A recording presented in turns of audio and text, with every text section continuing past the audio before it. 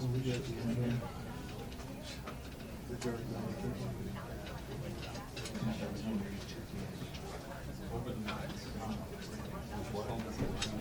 have council mark down playing stuff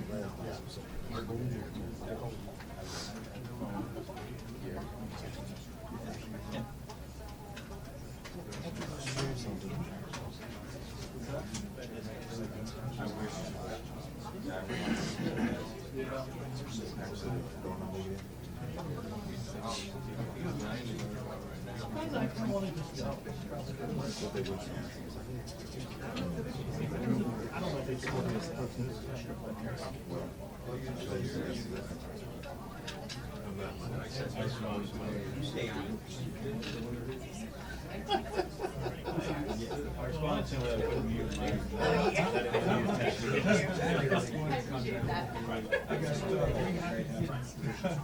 Yeah, I said, I don't know what you're talking about. I really never actually made it.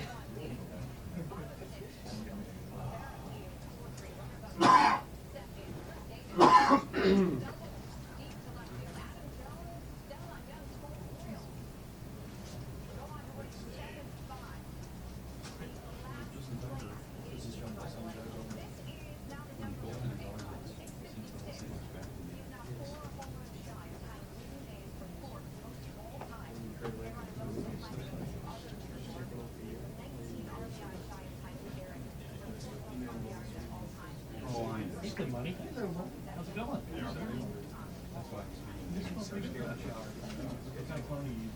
I did 39. Really? That's your natural scent? Wow.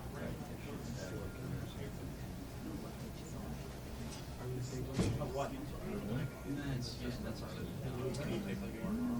Think about like everything positive, think about everything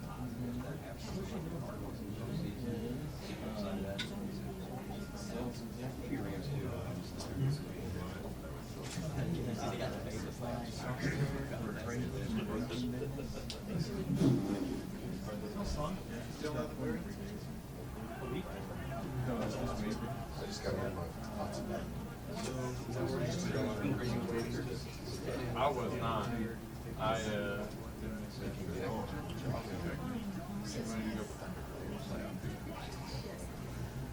So I haven't trusted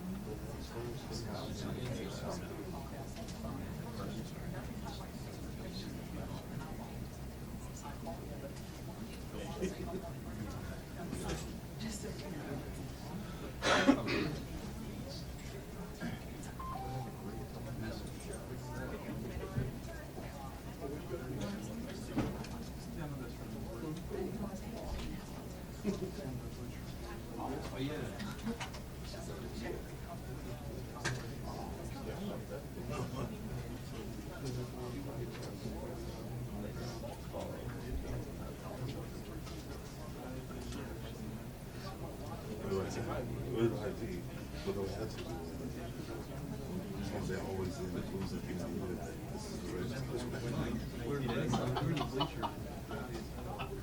This is the this is they don't actually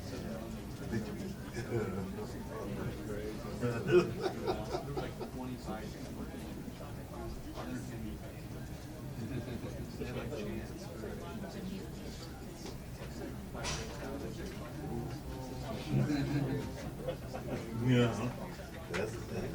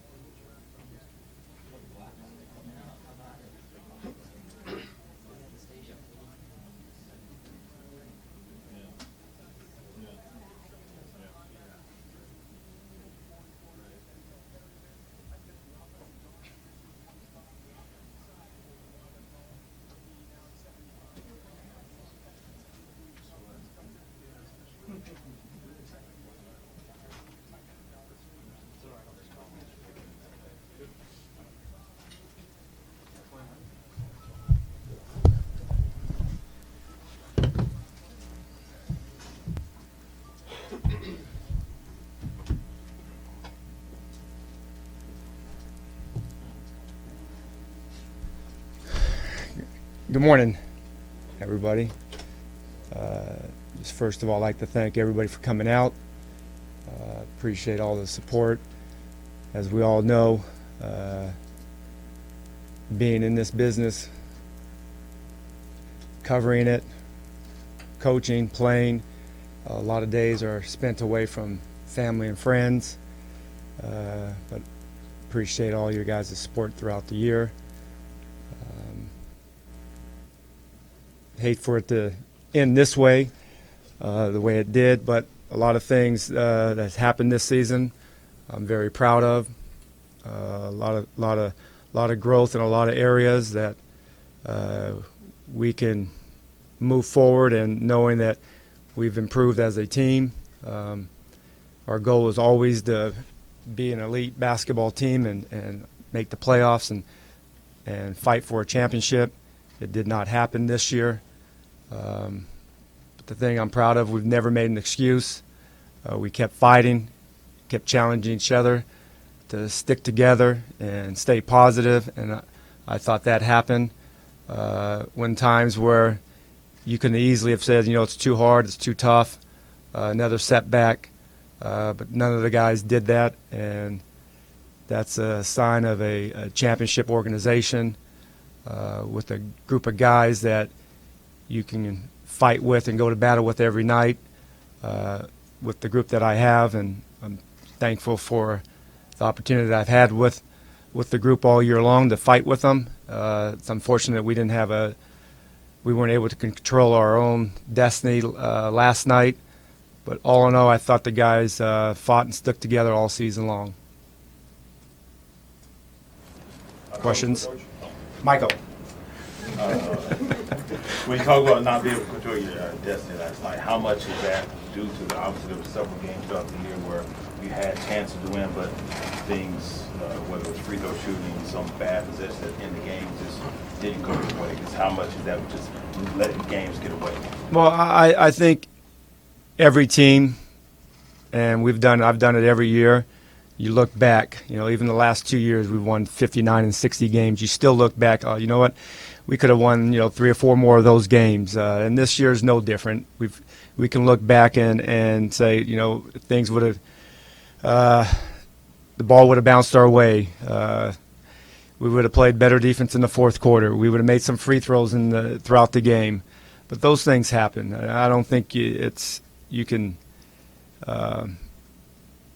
dwell on those things. You have to understand that all of our guys have tried to do their best every night, and we came up a game short into our goal of having a chance to compete for a championship.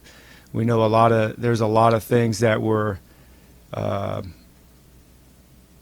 challenges that we've had to overcome that were pretty large obstacles, but we still competed together, and I'm proud of that. How would you assess your team's defensive performance this year? You know what? First of the year, very good. When Kevin and Russell went out, we had to really change the way we played on both ends. There's a lot of production on the offensive end. We couldn't score, but we still had that defensive mentality. And then we made the trade.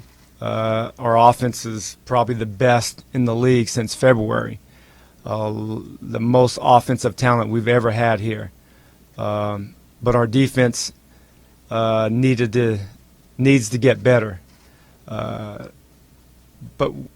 a lot of good things happen. Serge being out the last 18 games doesn't help the defense. Nick missing 9 games in a critical part of the season doesn't help the defense. But with that being said, we still needed to be a better defensive team. We didn't have a lot of practice time. We didn't have a training camp with this group. Going into next season, we will be a better defensive team with all the offensive talent that we do have. With the training camp, with the practice, a lot of guys didn't practice last season or the later part of the season just from nursing injuries and the wear and tear of a season and trying to make sure that they were ready to play in games. So a lot of things have happened, but that's no excuse. We still needed to be a better defensive team in order to compete and to be a playoff team. Coach, going into this next season, you talked about there's going to be a lot of optimism. You got pretty much everybody coming back, and the silver lining from this season is you probably tried a lot of experimental things because of those injuries. Do you see maybe going into next season, having experienced this season, you maybe a little stronger than you could have been if you had just played what we'd call a typical Thunder season? Well, there's with all the challenges that we've had. We've had a lot of injuries, and from the start of the year to the very end of the year, a lot of times, when they happen early, all of us, including myself, it's better to get them over early in the season, but that didn't stop happening. The 2 twisted ankles back-to-back games didn't help us with Nick and Dre, Serge, his injuries. But we never made an excuse. We kept fighting and kept staying together. And like I said, I love to go to battle with these guys because they did it every night. But the optimism is there. We have a very talented basketball team, and another year of experience is going to get us to being a better team. Even the guys that did not play, Kevin has improved this year because he has been able to see the game differently, and he's always had a big love for the game. But when the game is taken away, 55 games in a season, you look at things a little different. And I thought his leadership, without being on the court, was a big part of our reason we had a chance to be in the playoffs. You're entering the last year guaranteed of your deal. Do you feel secure in your future here moving forward? Yeah, I expect to be the coach. I'm proud to be the coach of this organization. I love being here. I expect to be the coach next season. I understand in this business, I've been a player for probably more years than I deserve to have been a player, and as a coach in this business, in the business of sports, there's always going to be speculation. You have to be able to do your job regardless of what's out there, and I'm proud to be here. And I'm excited about the talent that we have here. Sam is during this season, he added a lot of players and players that are going to get better. We haven't had. That's another area that it's disappointing that we did not make the playoffs. Playoffs is another level. Being in the playoffs in Oklahoma City is even another level in most cities just because of the excitement in the crowd, but the pressure of the games. We have a lot of guys that haven't experienced that. Really, during the last 8 or 9, or during the last month of the season, out of the top rotation guys, Nick and Russell are the only guys that really have a lot of playoff experience. So it would have been great that those other guys would have had a chance to compete against Golden State. Obviously, we would have been the underdog, but we were excited about that opportunity. But it didn't happen. But I'm not worried about what's out there. I'm worried about coaching the team and getting the team better going into next season. That said, would you like to maybe rework your deal so it's not just one final season? No, I've never, as a player, you sign a deal, you sign a deal. And as a coach, I'm the same way. I will honor. It's always about doing your job and doing the best of your abilities. I have confident enough in what we've done here over the last 7 years is really special. It doesn't happen a lot. There's only been a few teams. We haven't won a championship, but we've done a lot of things that put us in that position. We've had some unfortunate bad fortune with going back to 3 years ago. So you never really know what this team can really be until it can stay healthy throughout the season, and most importantly, this part of the season. Perspective, what Russell Westbrook did this season, given his own injury, given the injuries around him, to come through that and win a scoring title. Well, there's a lot of things I'm proud of about our organization and about this season, and one of them is Russell. Russell has really improved his ability to lead. This is really the first time he's had to be without Kevin. And Kevin is one of the best players in the world. And to be without Kevin for the games that he has missed, and Russell has been able to lead us and put us in a position to be fighting for a playoff spot. I'm proud of that. Him leading the league in scoring, I don't think you will probably talk to Russell later on today or tomorrow. That is not what excites him. He's going to be a scorer in this league, and we're without Kevin and without Russell, there's the extra shots to be had. But leading the league in scoring, that's going to probably be great when he's 40 years from now, when he's the most athletic grandpa talking to his grandkids. That it's going to be pretty cool that he led the league in scoring one year. But right now, that's not exciting for Russell, and he's disappointed that he is not in the playoffs fighting and competing against Steph Curry. Where did you get better leadership-wise? You say he improved. What are the things you think got better? Well, the patience. We've had a group of, over the last 4 or 5 years, we've had a nucleus that we've had for a while.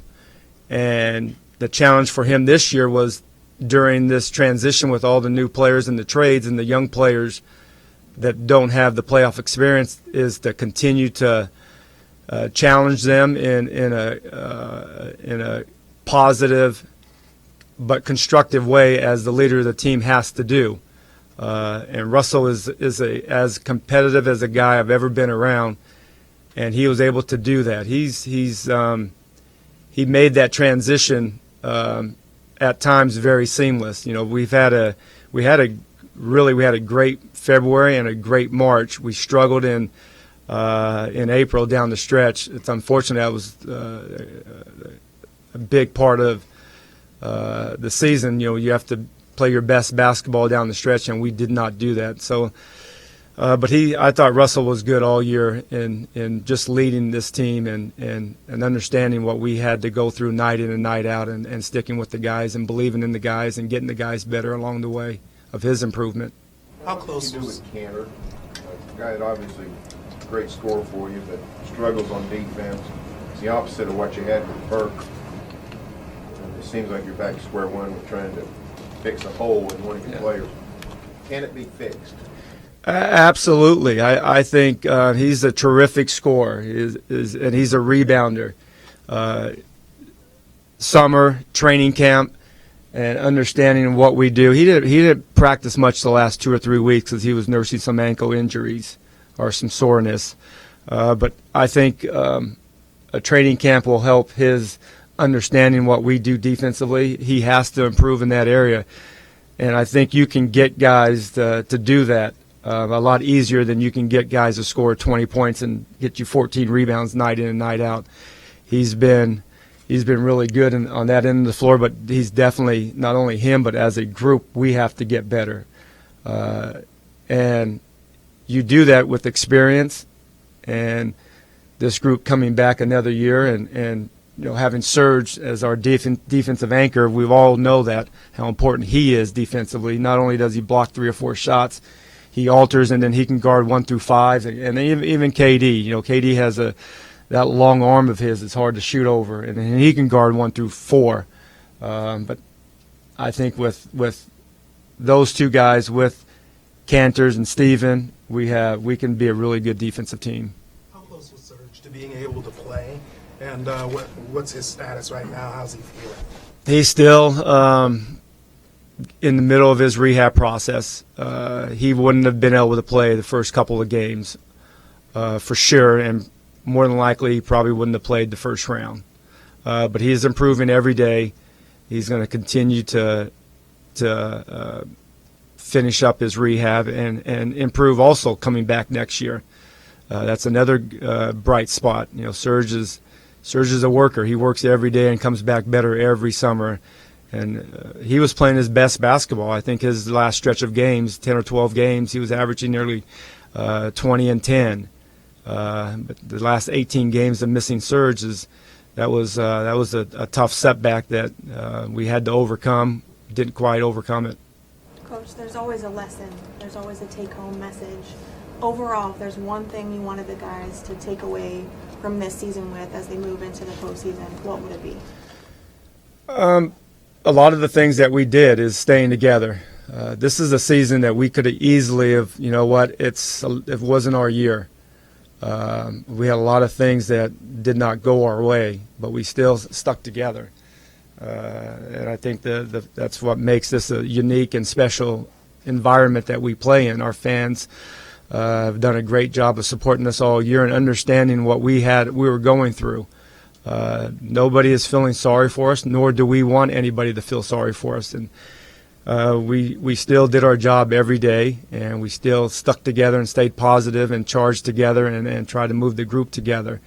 And they will definitely hear that all summer long from us. But another thing, we have to understand that we have to keep improving, and we should. We have a lot of young players. Kevin, Serge, Russell are, mid-20s.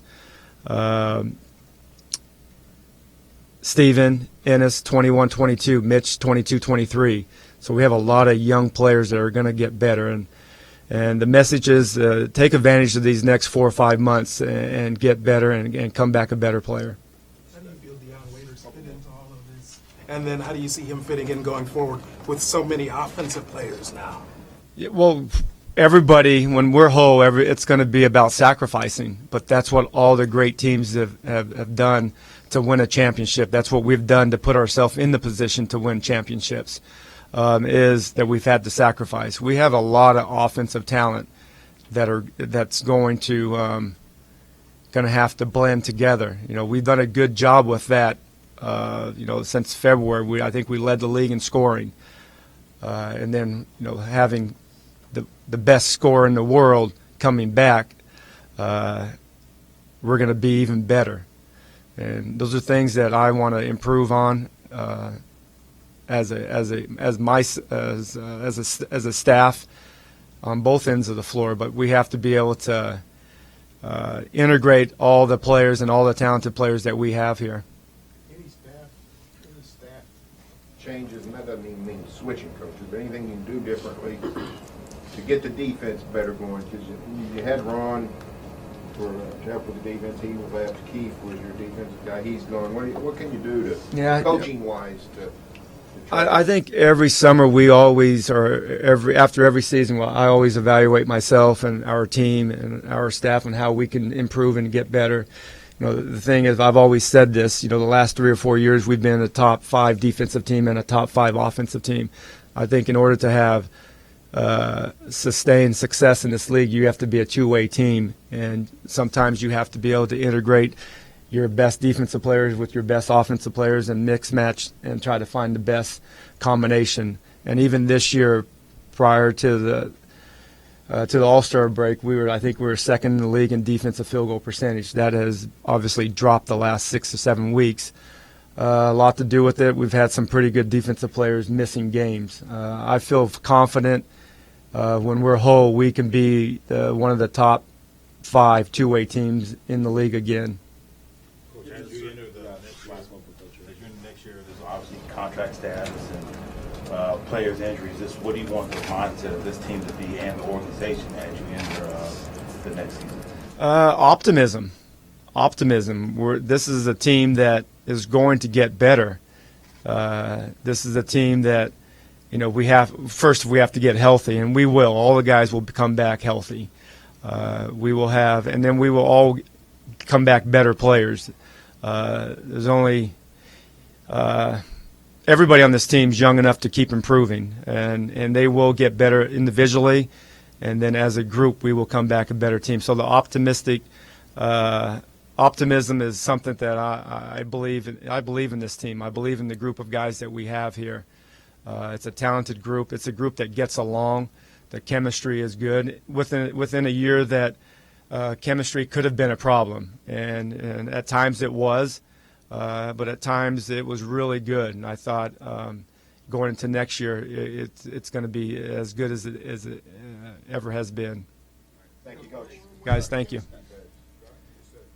At times the chemistry was bad. I mean, we've made some changes and things improved, and with the transition of players coming in, you never know how guys will respond to one another. But I thought DJ was a terrific locker room guy.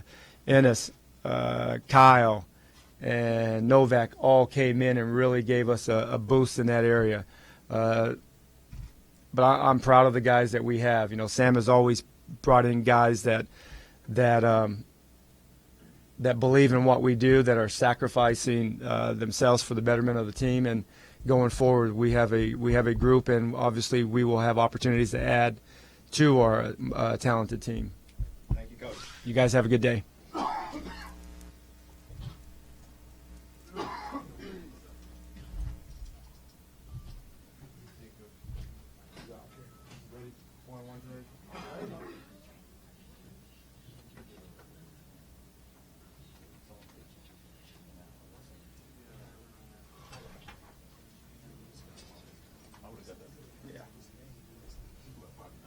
He said he wants to do a 2-game.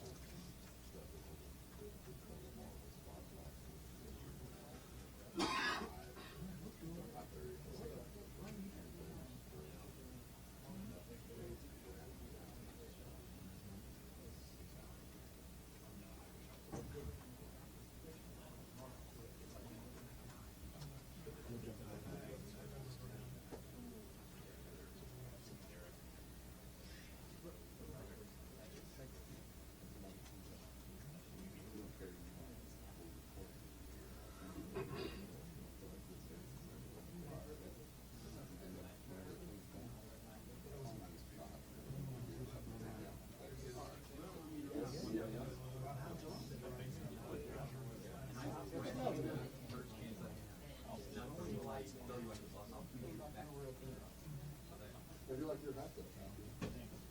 Just wanted to spell it out.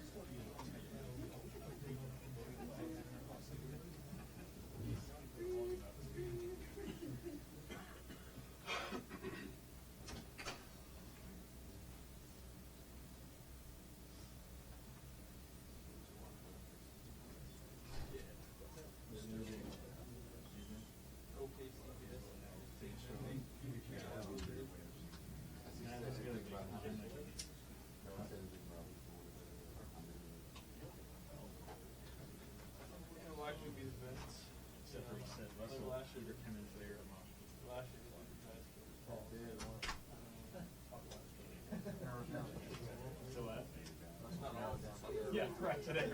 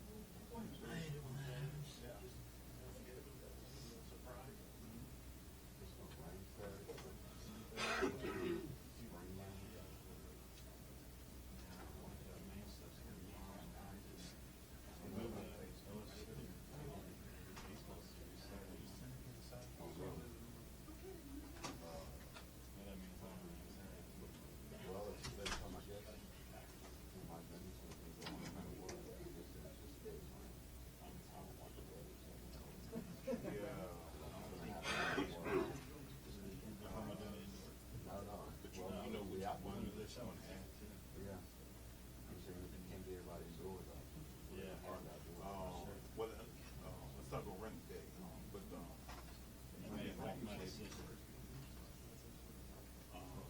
should be there. Soccer games we went to. Yes, we did. I was, because I was on both. I've never checked the schedule. No, I mean, I'm saying, they play Saturday night. Will they get made? They get soccer games, we play. It's been known to happen? Yeah. Probably go back to first, the first most about the memorial. And I would like to add something down outside.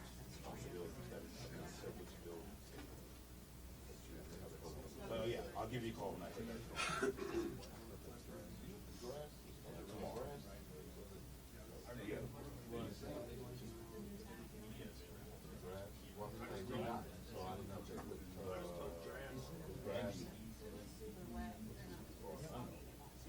Yeah. Well, the bleachers aren't too good. Yeah, I mean, go to Andy first of all. Well, they won't do it, just like you do it with range, or you're gonna have. Was until it range, and I don't know. Well,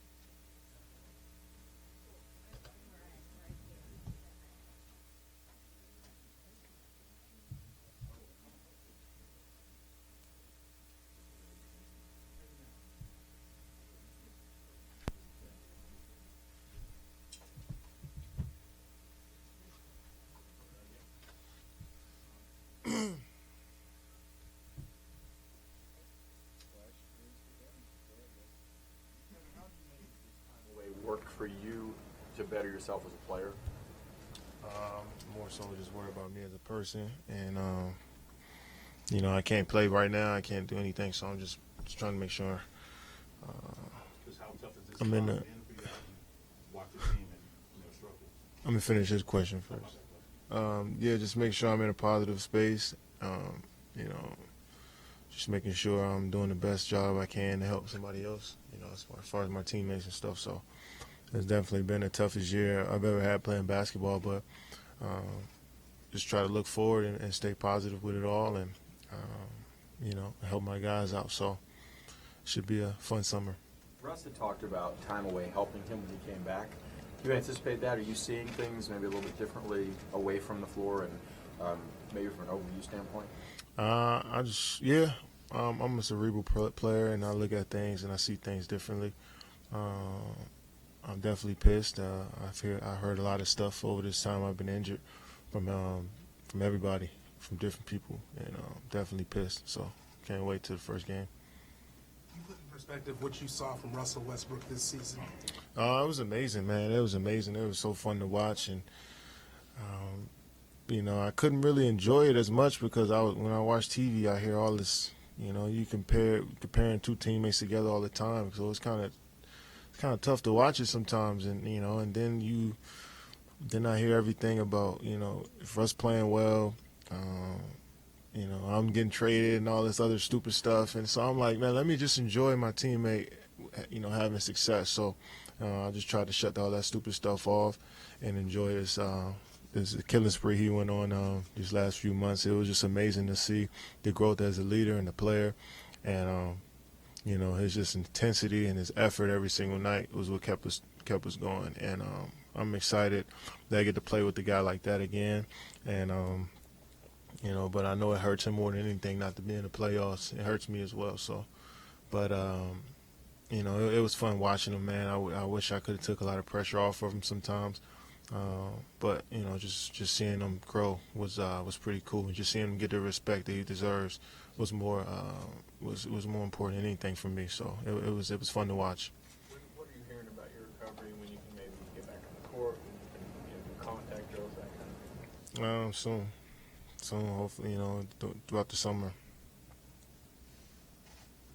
There are a lot of new faces this year, but you seem to grow close with a lot of the guys. Just who in your mind has really stepped up and impressed you this season and amongst some of the newcomers? You know, everybody. It's definitely been a tough year as far as, you know, injuries and, you know, a lot of stuff was happening for us this year, and everybody kept their heads up. Nobody ever quit. Nobody ever complained about anything. And so I'm so proud of everybody. Never been more proud as a player of the Thunder than I am today, you know, because we fought. We could have easily packed it in, but nobody did. And, you know, to see the group of guys so resilient, not, you know, make it to the playoffs, it hurts. And last night I was frustrated watching both games, Spurs game and our game, because I know how much we wanted to be there. So but I'm proud of everybody. Everybody stepped up and did their part. You've yet to play a game with Ennis or any of the new guys that were brought in. Are you excited about what they've built around you, even though you haven't played with them? Yeah, I'm excited. I mean, they assembled a team that's going to work well together.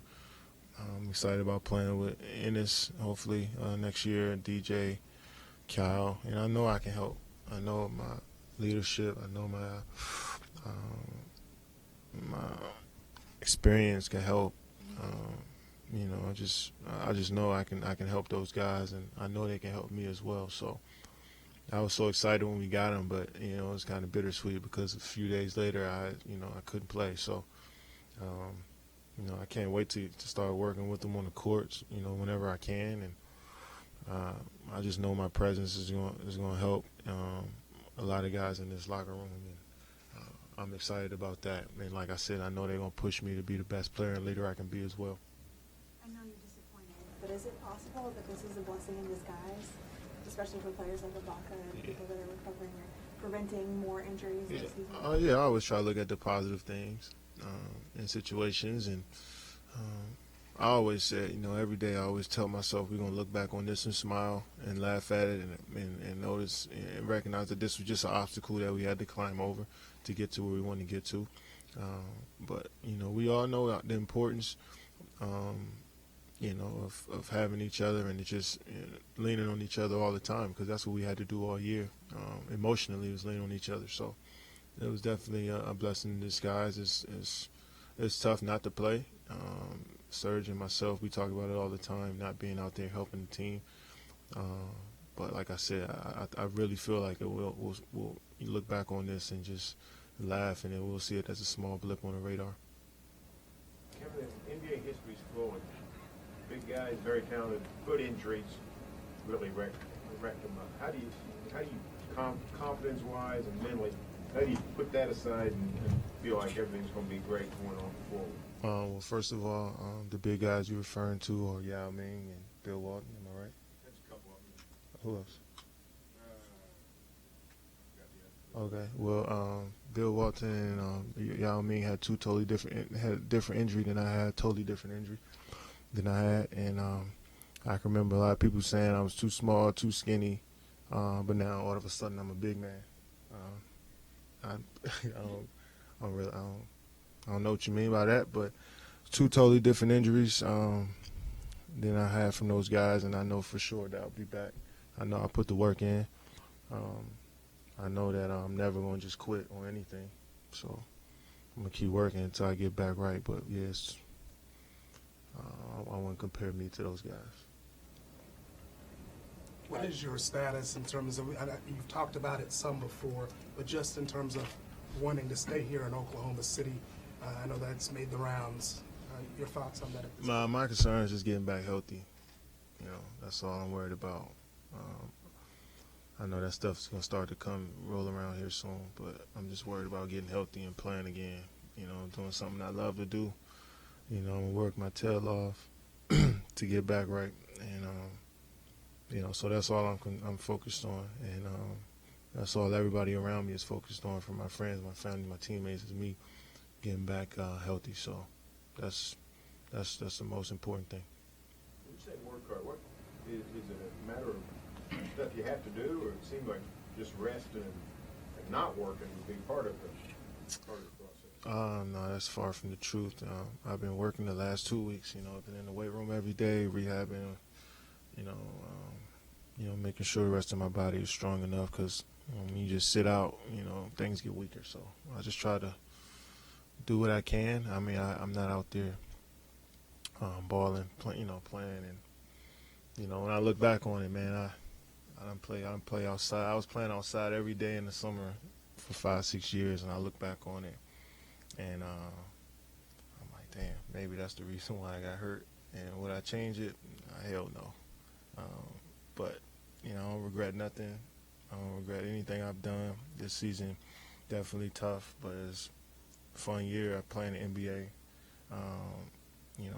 And I've learned how to work hard by, being around this organization. So it's another step for me, just a different step, and I got to get ready for it.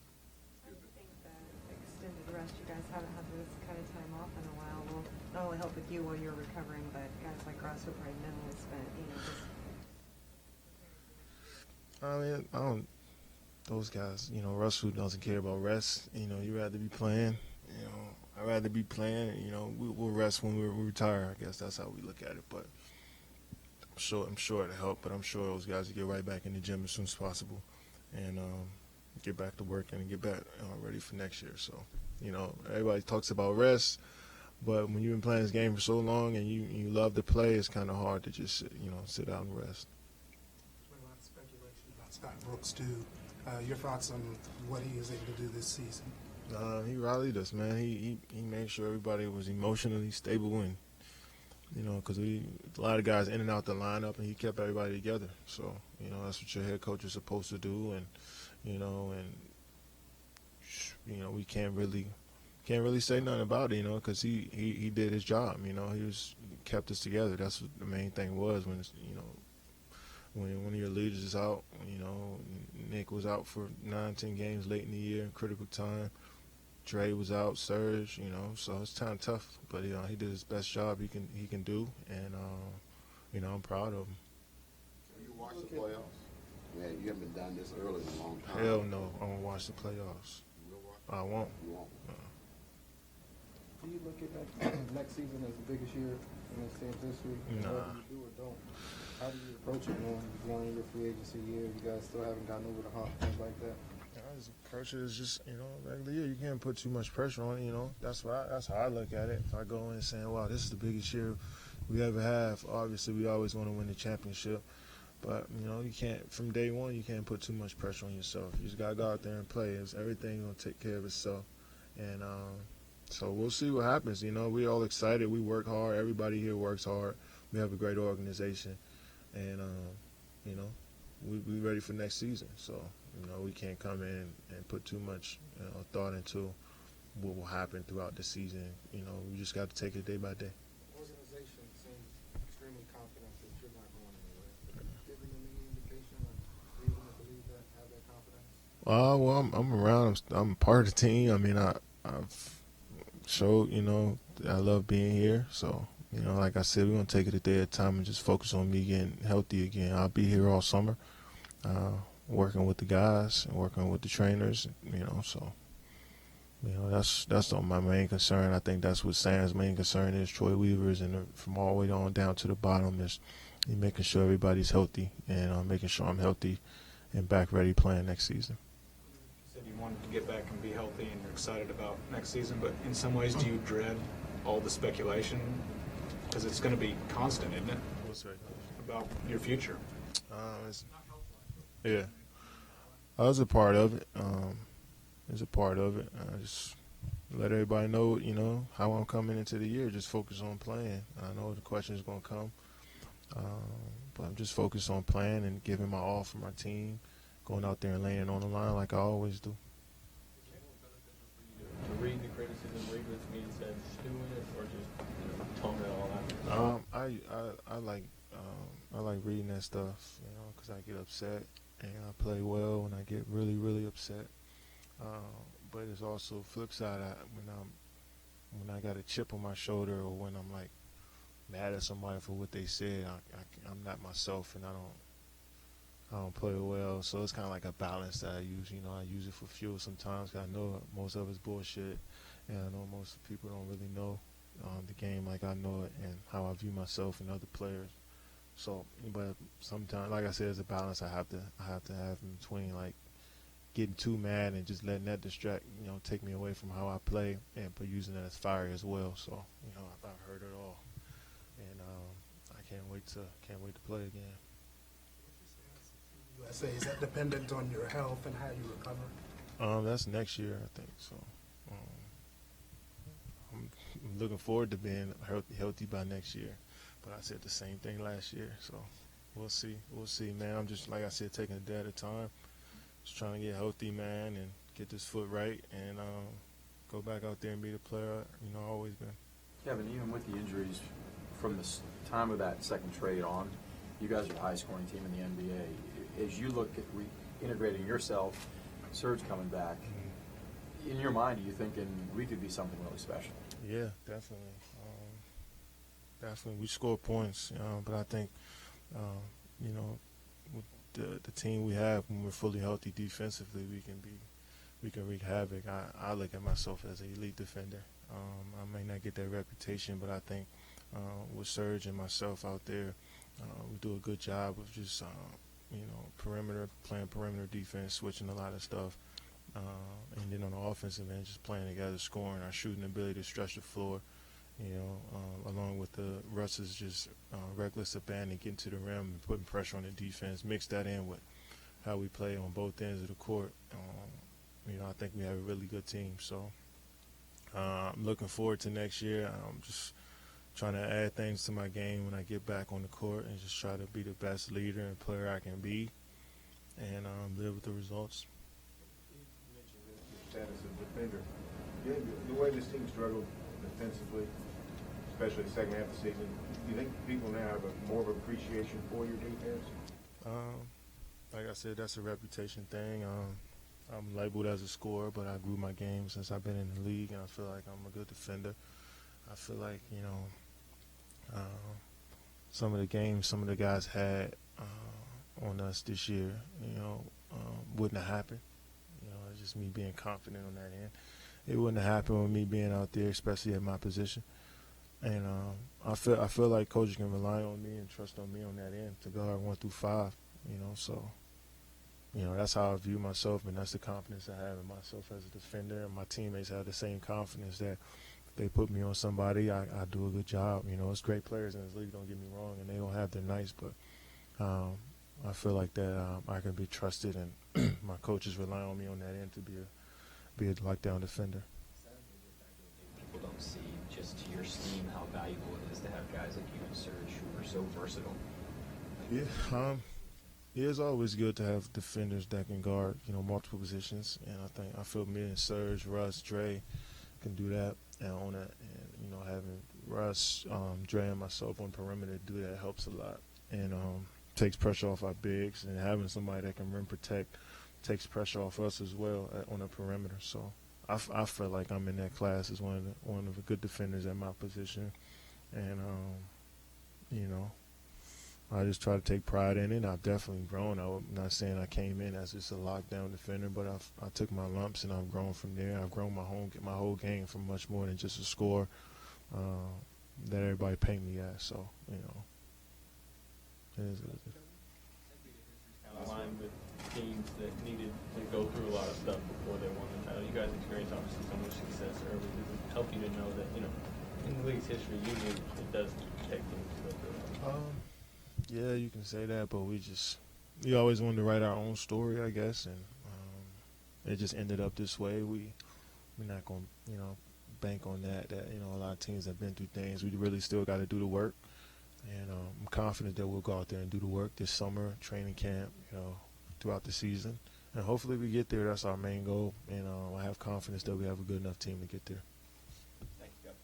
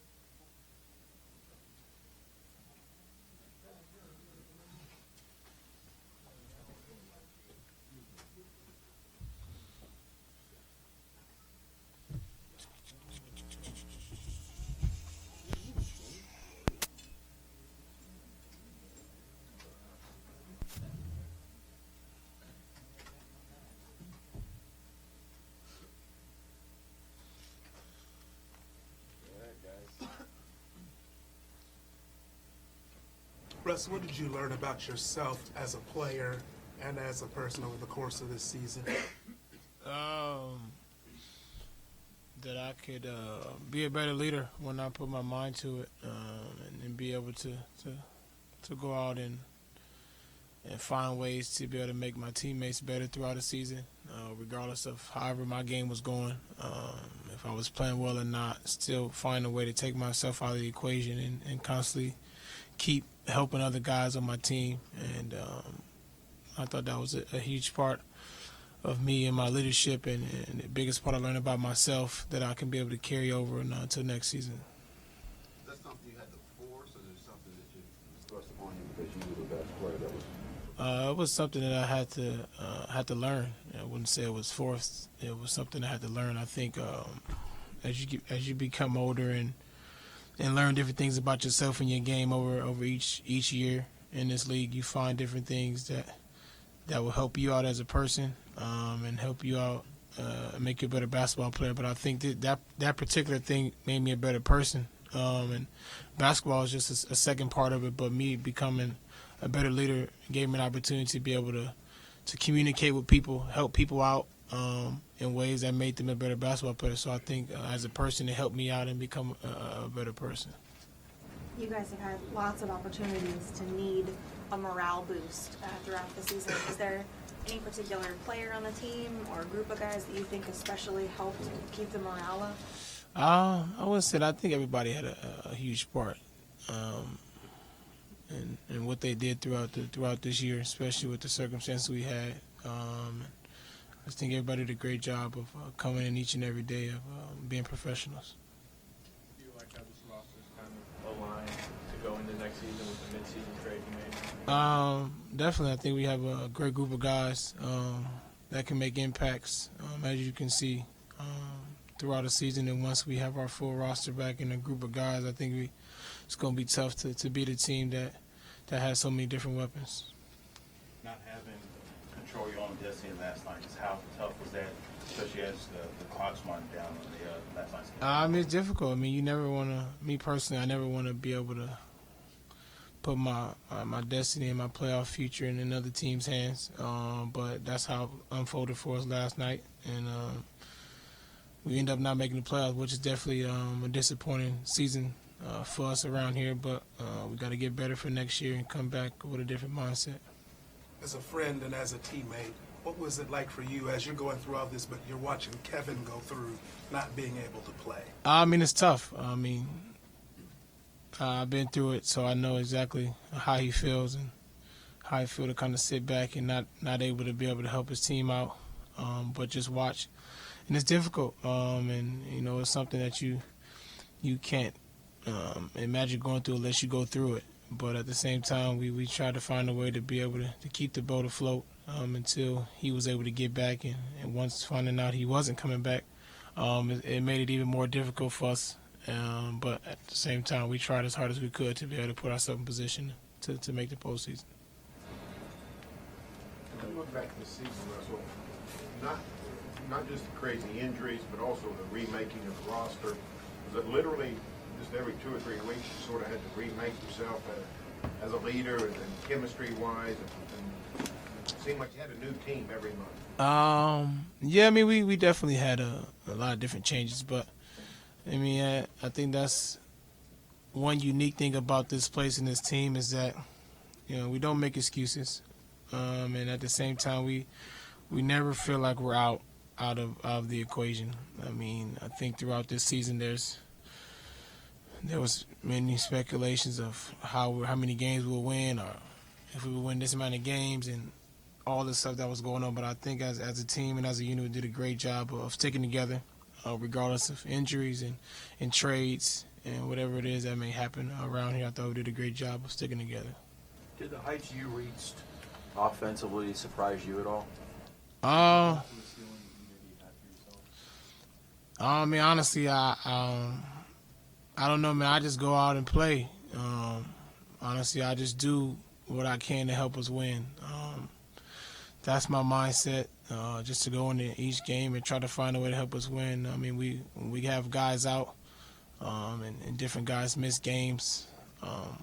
I mean, there's times where I may need to step up, and I thought I'd just go out and compete and try to help us win as many games as possible to try to get us in the postseason. What are your goals for this team over the summer and particularly in training camp when you kind of all reconvene together? Just make sure everybody has one main goal, and that's to win a championship. We're getting guys throughout the middle of the season. You got to be able to find out where their mind is and what they want to do individually, and also what they want to do with this team. And I think it gives us an opportunity this summer to be able to look at one another and find out what we want to do coming into next season. Triple-doubles, the scoring title. I know you said it doesn't mean anything going because you didn't make it in the playoffs, but is there any other place after such a great season that you can take your game? Any other area you really want to improve? Yeah, definitely. I mean, I want to come back and be a better closer. I think last few games throughout the season, we lost a lot of games within the last 5 minutes of the games. And as a point guard and as a leader, I got to be able to close games the way that we want to. Even if we miss and make shots, get shots that we want, and close the game out the right way. How do you assess how Russ got Brooks this season through it all? Great. He did a great job, man. I don't think he get enough credit for some of the stuff he does behind the scenes. Obviously, a lot of people that's not in this building maybe want him to do different things and want to see other things from him. But as a coach and as a friend, I think he does an amazing job of communicating what he wants out of the players. And obviously, he can't make players do things that they don't want to do. And with the group of guys that we had on our team and the guys that wanted to be here, I thought he did a great job of keeping the boat afloat and helping us find a way to be able to have a chance to make it in the playoffs. How's chemistry in the locker room after the trade and all the new people? How was that in the last part of the season? It was good. It was good. I mean, we had to find ways to be able to mesh everyone together and find ways to accommodate everybody once they got here. But I thought it was good. You have an excellent offensive team, second half of the season. Defense lag. I'm getting Serge and Kevin back will help. What else can you do to improve the team defense? Once we get everyone back in the group of guys we have, we don't have a problem. We've been top 5, top 3 in the defensive field goal percentage when we have our group of guys, so I'm not worried about that. Anybody else for Russell? What will help you, Russ? You said you want to be a better closer team, and you be a better closer individually. What will help in that regard? Do you just break down film in terms of late game situations? Just looking at it. You got to read the game based on how the game is going, matchups, mismatches, who's hot, who's not. We've been working throughout the game, and that's just something that I can work on, reading the game, and that's just all a part of learning, becoming better. Each year I learn something different and try to build it over to next year and learn a new aspect of my game. And I think that's a huge part of not just my game but of our team. I think we got rid of a lot of games this season in the last 4 or 5 minutes of games where we should have won games and we didn't. And most of that is my fault on trying to figure out what's best for our team. Kevin said he wasn't going to watch much of the playoffs. Do you learn anything from watching other teams, or is that I don't never watch other teams throughout the regular season, preseason, summer league, or playoffs. So when you're watching film afterwards, are you just watching what you guys do as opposed to what other teams do? If I don't watch other teams, then I think that's what I'm doing. Yeah. Anybody else for Russell? Thanks, Russell. Yeah. Excuse me. Thanks, man. Appreciate it.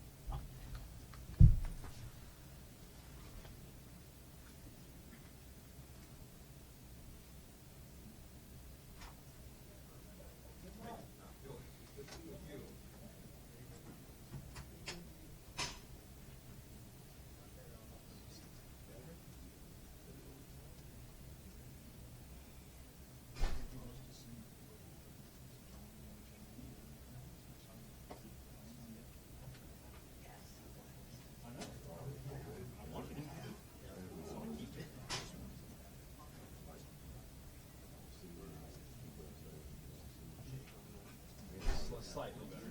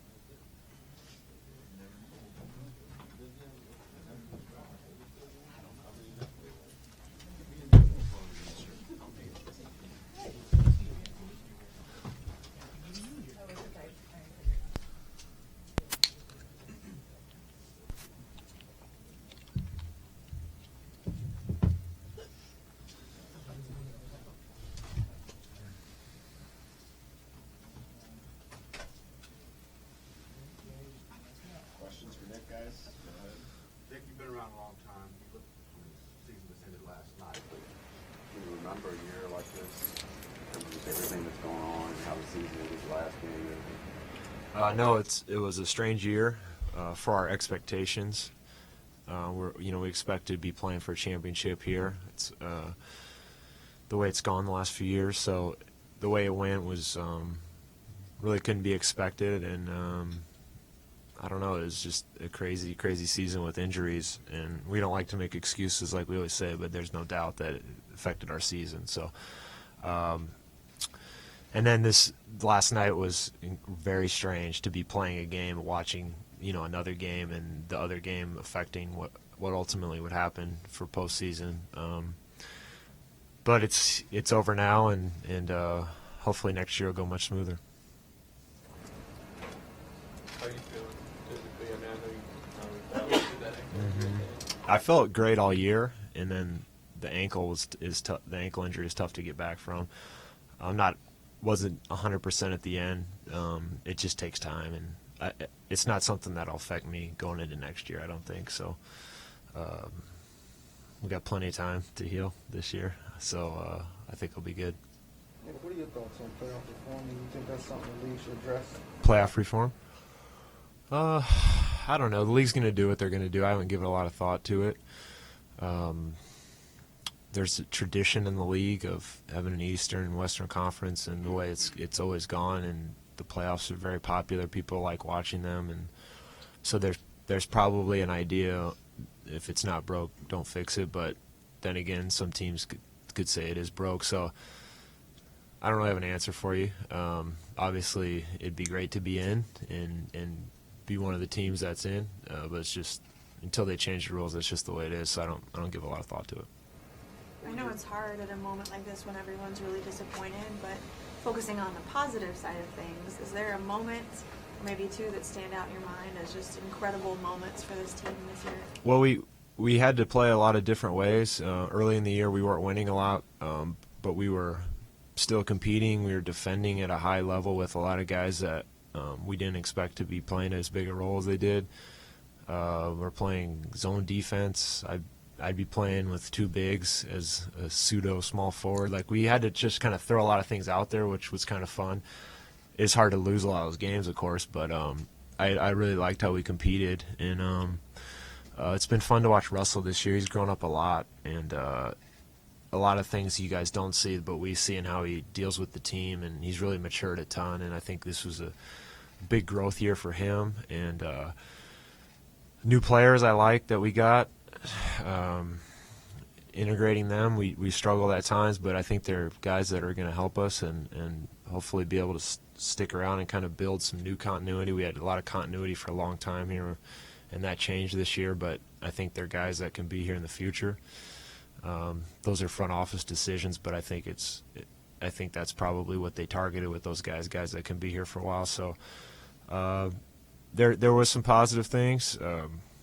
And again, you're playing another NBA season, so I feel very fortunate to still be here and still be playing personally. And anytime you can finish a year, in the NBA, it's a positive thing. You just mentioned the defense from early in the season. If you guys could be so effective with those guys, how come you couldn't be as effective with more talented guys later in the season? Yeah, well, our habits have to get better. I think we see a pattern when that Serge covers up a lot for us, and when he wasn't in there, it gets exposed. So I think we really have to try to be a team that, and we've been saying this for years, but we have to get better on the defensive end, and then we can't rely on him to block or change shots at the rim all the time. So we need both. We need good rim protection, but we need better defensive habits before players get to the rim, or whatever the result of the possession is. We have to get better, I think. Because it's a contrast when he's not in the game, and it's been that way now. And we saw it in the playoffs for 2 games last year, and then when he was out this year. So we can't rely on that as much as we do. So I think we saw that, and then having a training camp with new players. We didn't really get much of a training camp this year. A lot of days we couldn't practice. We only had 7-8 guys. We couldn't go live and practice, and that adds up when you don't have that base of teaching and fundamentals and that month long of drilling and doing a lot of that stuff. And even the preseason games. If you don't have that good, strong base, it can show, and I think it showed this year. It's just a really unique, weird year, and hopefully next year it'll be nothing like it. We'll have our guys, and we can really build something. When you're really good offensively, can guys get lulled into thinking that you just outscore people because you're really talented offensively? You don't get the same effort. Well, I think it can be that way, but I'd like to think that we've been through enough here and seen enough here that you ultimately know that the most important thing is how you're going to play at the highest level in the most important games at the end of the year. So keeping that in perspective and how are we playing on both ends, I think we understand the importance of that, and we have to be better at it for sure. And this is a guy who obviously gives you a ton offensively. Where can you get better defensively, and how do you, in an off-season, get better? Well, I think he's a young guy that still doesn't have a ton of experience. So a big part of defending, especially as a big, is recognition of different things that happen on the court and being able to communicate what's going on to another player to get into your coverage or whatever it is.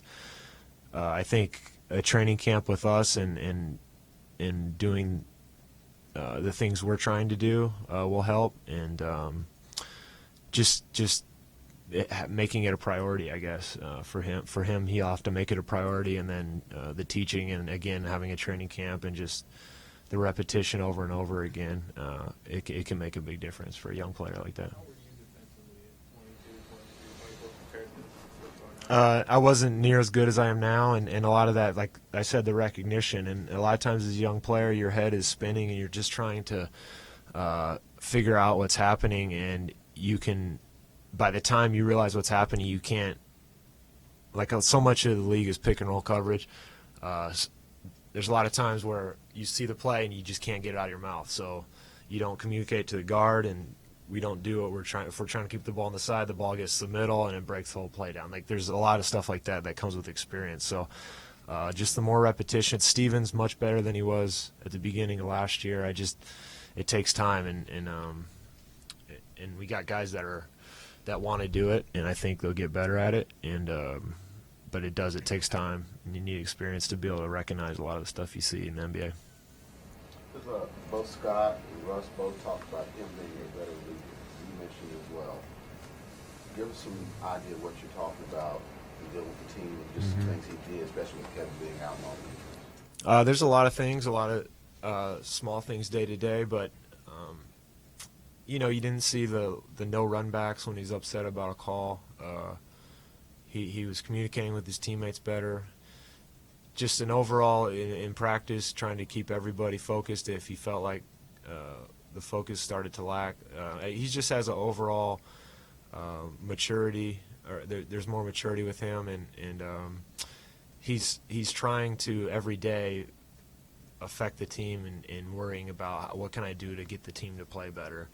Whereas a young player, a lot of young players, himself included, you get caught up in yourself sometimes because you're trying to establish yourself in the league, and you're trying to find out who you can be as a young player. So he's made that shift now where it's all about how can I make the team play better, and a lot of people don't see that because a lot of times the decision he makes to help the team play better is to go try to score because he's really good at that. So he's taking a lot of shots, but it's what we need and what he correctly the correct decision he's making, that this is what we need right now, so because he's really good at it. So it's been fun to see it, and it's going to be great for us in the future. Do you have any individual goals for yourself this offseason? You always seem to have something that you want to work on or fine-tune. The big thing for me is to stay in shape and try to get my body where I can come into camp and feel healthy and as athletic as I can be, and be able to come right in and be going from the start. So doing the stuff I do in the weight room, and it'll be different summer this year being so long. I'll have to figure out a plan. It's going to be before we play almost, till June, and then you kind of have a shorter time to fill with your training, and I had that figured out, so it'll be a little different this year. We'll have to get a plan, but I have a pretty good idea what I need to do in the off season, and I didn't shoot the ball well this year, so I've always worked on my shot, but that'll be an emphasis, is try to get back more consistent with that, and I don't know, a lot of the stuff I always do, I guess. Do you expect this team, particularly Kevin, to kind of stew on everything that's happened this year and the league a lot, just kind of, use that as motivation going into next year? Well, I think the effect that this year can have on us is that we do need to get better. I mean, right now we're just like all these other teams. We're not playing anymore, so things had gone really incredibly well for us for a long time, and I guess hopefully we won't take winning for granted, and I think we'll come into camp hopefully realizing that we have to get better, and we have a lot of work to do to get better to try to win a championship. I think the whole team will feel that effect. Season that such a disappointing finish, but so much optimism going into the next year. I don't know. I mean, I've been on my first year in the league. We went to the playoffs, and it was my first year. I didn't really know what to expect, and then we were bad for a long time, where we didn't have a lot of expectations. And this is something different now, because we've been building, and then now this year's been a disappointment. I guess the big thing is to try to take what happened this year for what it was. There are some positives, obviously a lot of negatives, and just try to learn from it coming next year, knowing that I think everyone's confident when we have our guys, we're going to be right there. But it's like any other year. To get over the hump, we have to get really good at the little things and the habits, and it's kind of what I say every year at this media day when we haven't won a championship, is those are the small things, and that'll continue to be the case next year. Are you tired of talking about the little things? I'm not tired about it, but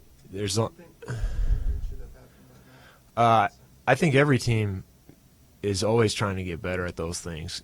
Championships, it's hard to win a championship, and only one team can do it every year. So every other team is talking about those little things to get over the hump. So I'm not tired of talking about it, and it's not like we deserve a championship and we haven't had one by now. So it's getting frustrating. I mean, it's tough to do. So we're excited to have an opportunity to go for it, just like all the other teams are, and we have an appreciation for how hard it is to do, and how good you have to be to do it, and so that's the goal, is try to get to that point. When you look at how good this team was offensively after the trade, and project Kevin and Serge back into the lineup, looks like talent-wise you guys will be stacked next season and really deep. What will be the difference? I mean, you look at that team and it seems like it's constructed to contend for a title. What from day one do you feel like has to be in place in order to get to that point? I think what I was just saying about really focusing on where are we today, this in the 15th practice, where is it a good practice? Are we doing what we're supposed to do? In a game in January, are we just getting by on our talent, or are we really executing the way we want to execute? And that's been what we've been talking about, and you just have to keep going at it, and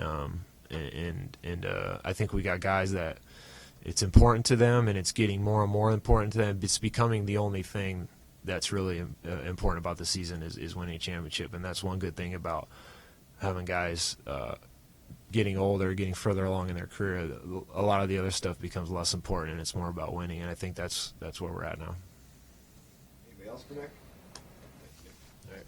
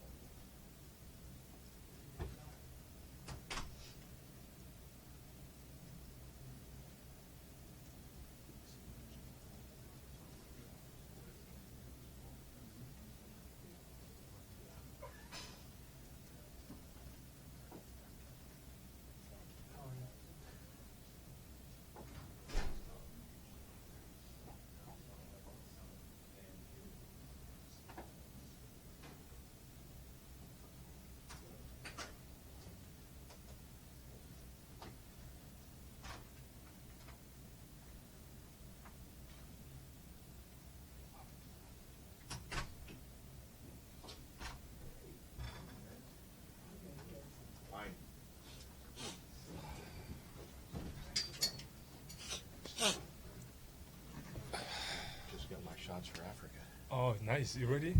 Oh, that's cool. 3 here, 3 there. Oh, yeah. You More to come. Oh, yeah, more? Oh, yeah. Wow.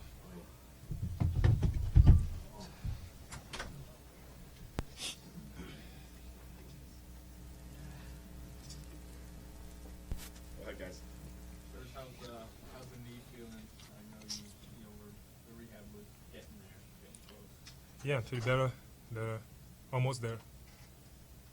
Do you Yep. feel like you could have given them something if given the shot in the playoffs? Well, I want to try, I want to really try, pushing myself and try to give everything I can, to try to make the playoff, maybe game 2, game 3. That's what I was thinking. Is this long summer going to be good for you guys? I know you played Feelers last year. You kind of had some nagging injuries ever since the calf injury last May. Is this extended summer going to be good for you? Oh, it's always good to be busy, but like right now we don't have no choice, so we have to accept that and take this summer like good opportunity to learn and to work hard. Do you have any individual goals for yourself? You always seem to be developing your game, improving your game. Like Sam, I want to keep working, try to get better in every aspect I can, and like I say, now I'm gonna try to use this summer like opportunity to get better. Serge, did it surprise you how much the team struggled defensively without you this year, and even going back to last year in the playoffs? It surprised me a little bit, because I believe like we got players can play defense, on the team. But seeing what happening in the last couple of games, it was like I was not really expected, but that's what happened, and we got a lot of injury and a lot of change, It's just crazy, man. It's something really we cannot really control, So it's just crazy. It just was crazy. You got me, I was hurt. Then you got Andre, then Nick. Like same moment when the team was fighting for the playoff. That's hard, And I think mental too is hard for the team and coaches. You have another big trip to Africa planned this summer? Yeah, like always, Africa is home. Or like always, Africa is home.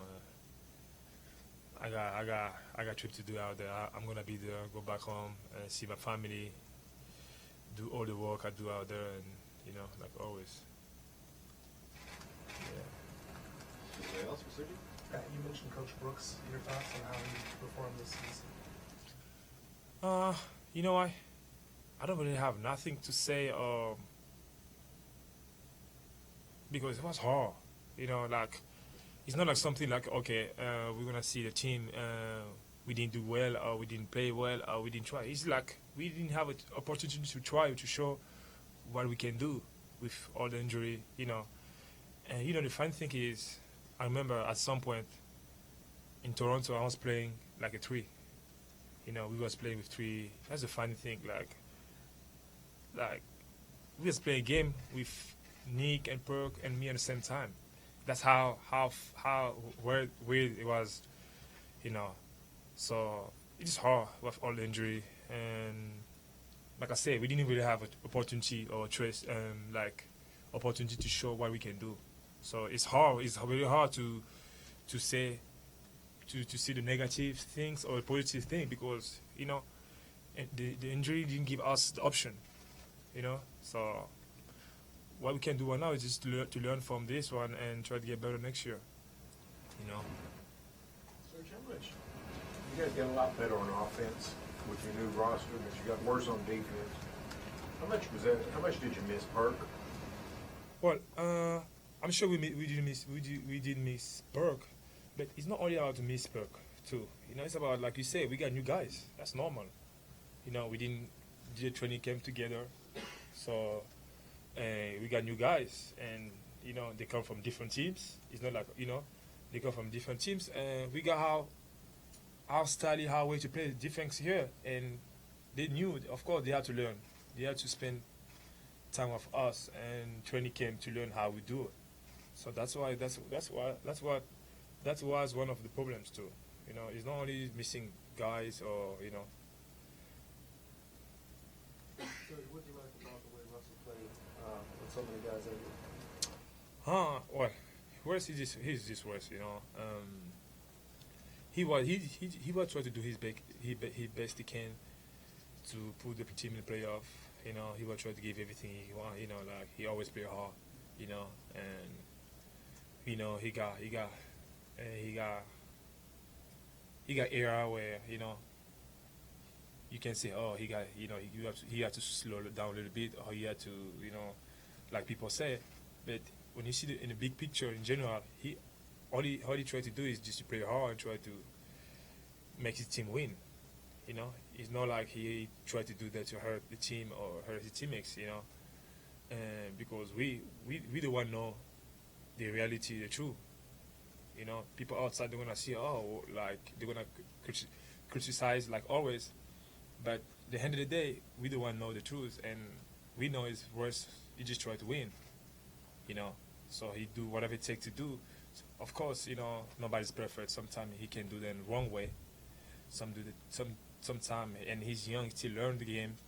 But in the big picture, like I say, in general, he do that just try to win.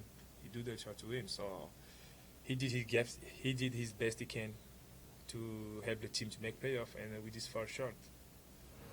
Is this the most excited you've been about a team, the opportunity going forward with the guys you guys have? Yeah, I'm excited because you know why? I want to sit down on my couch watching TV with the game and thinking with all what is happening with us this year, and with everything happening with the injury, new players, too many crazy things. And seeing the picture of the team, I'm saying like, wow, if everybody's healthy 100%, we can do really big things. And like I can tell you right now, I can't wait for next season with this group of team. If everybody's healthy, and I'm sure we will be next season. Anyone else for Serge? Where can fans get the shirt? Huh? Where can fans get the shirt? The shirt is coming soon. I'm gonna try to, for next season, maybe the fans gonna have that. I like when you say fans. Fans? Thanks, Serge. Bye. Thank you. You're welcome, guys. Have a good summer.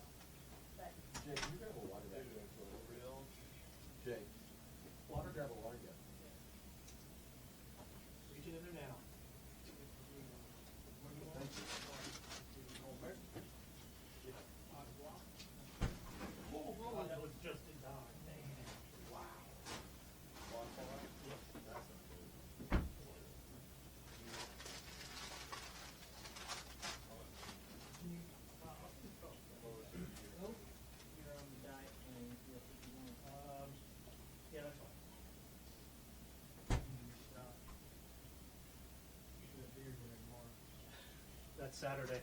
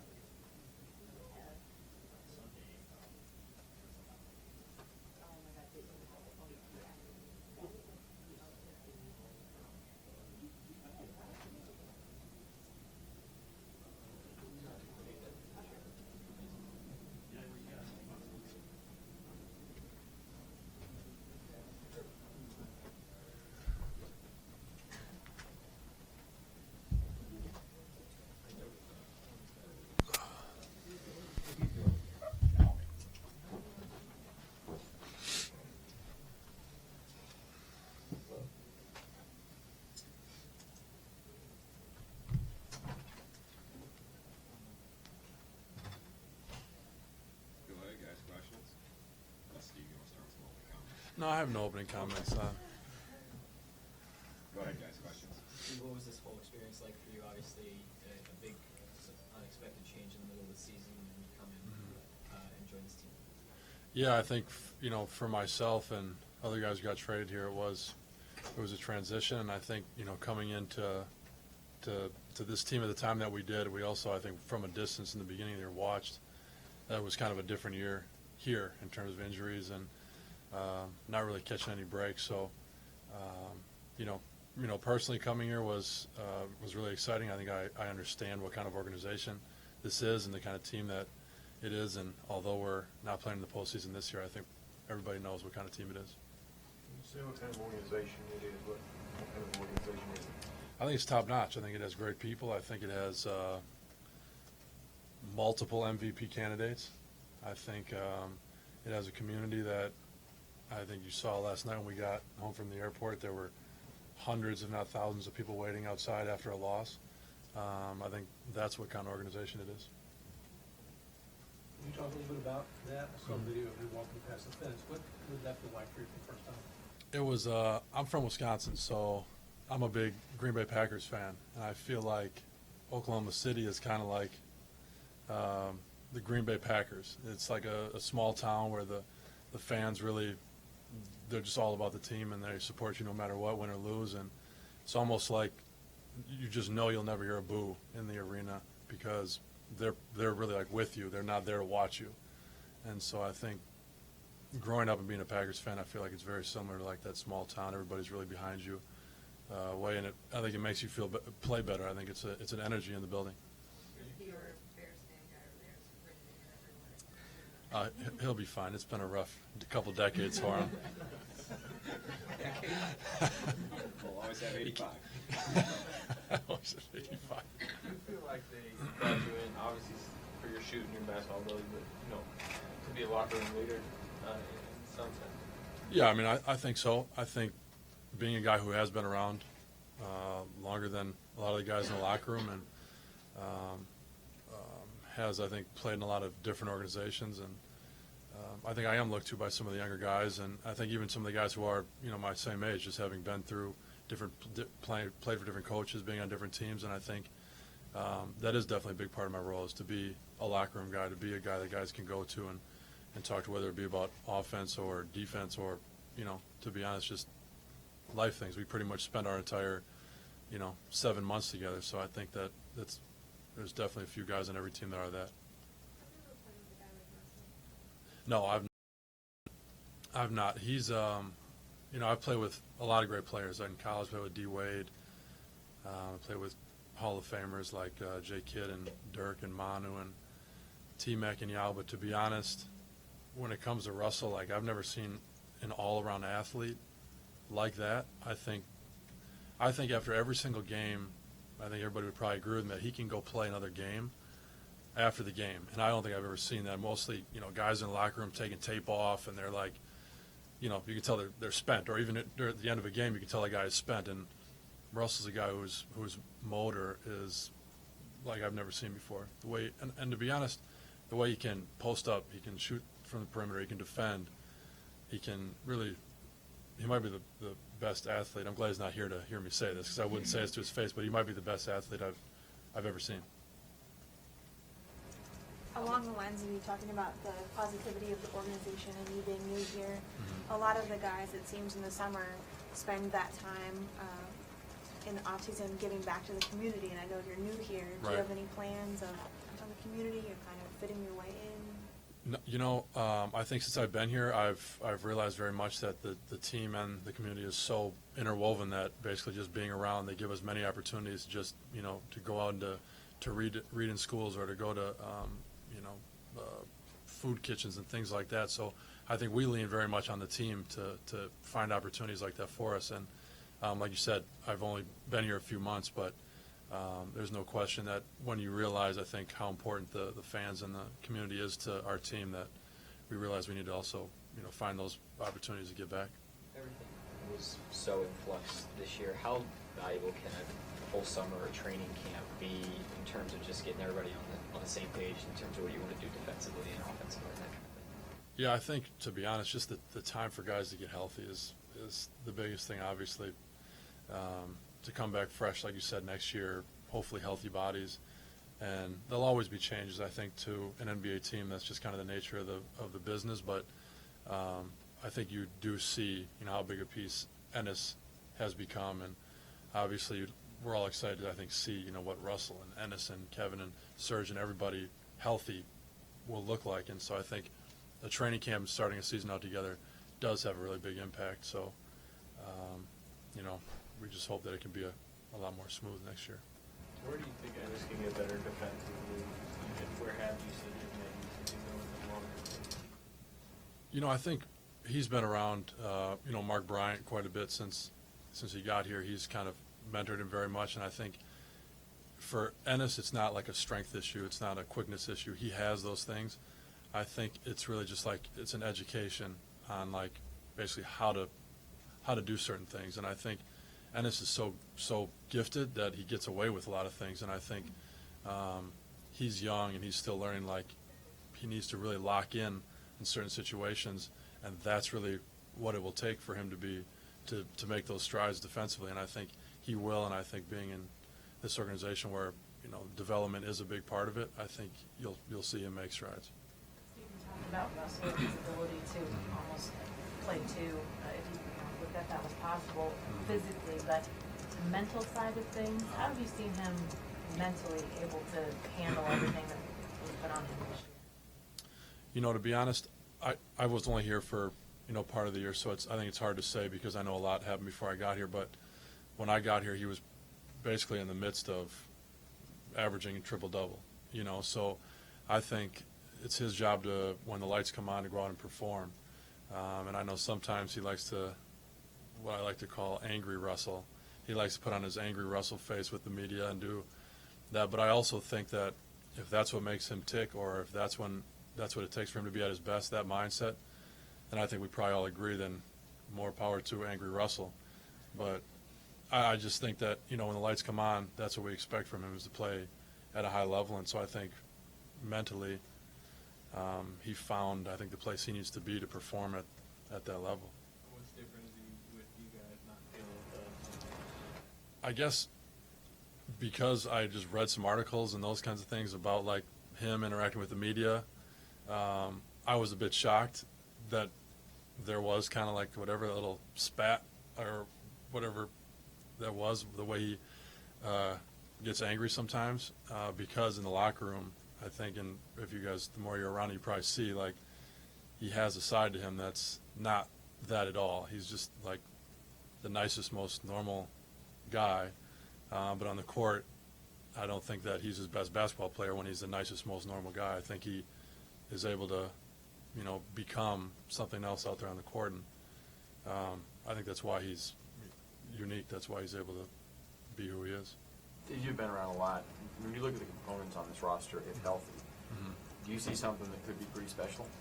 Oh, no question. Yeah, no question. The day I got traded here, it was like, I was extremely excited because you realize that there's not a lot of places that have like multiple MVP guys and can win a championship. And so being a guy who has been on several teams, you realize that you're not just handed a team like this.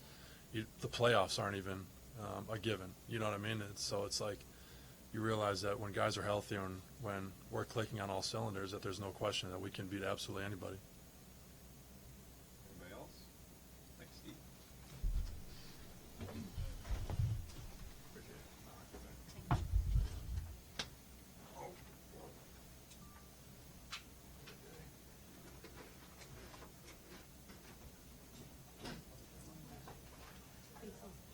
I'll transfer that. Okay. Tell Darnell, please.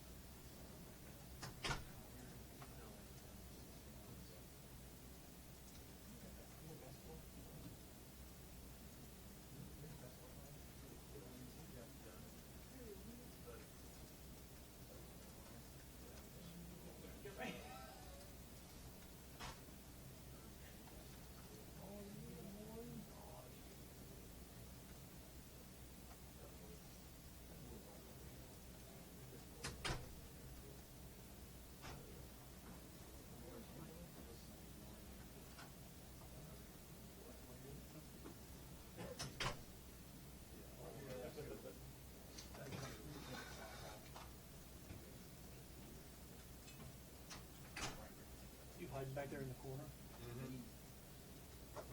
What, the lead every night? Oh, dude.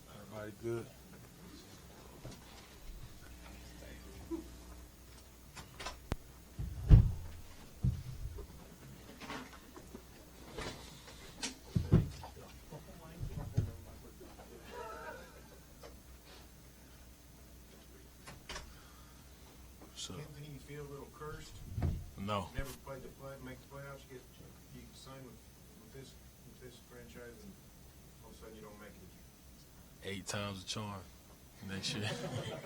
I don't feel cursed at all, man. I'm still blessed to be here. I'm glad I'm here.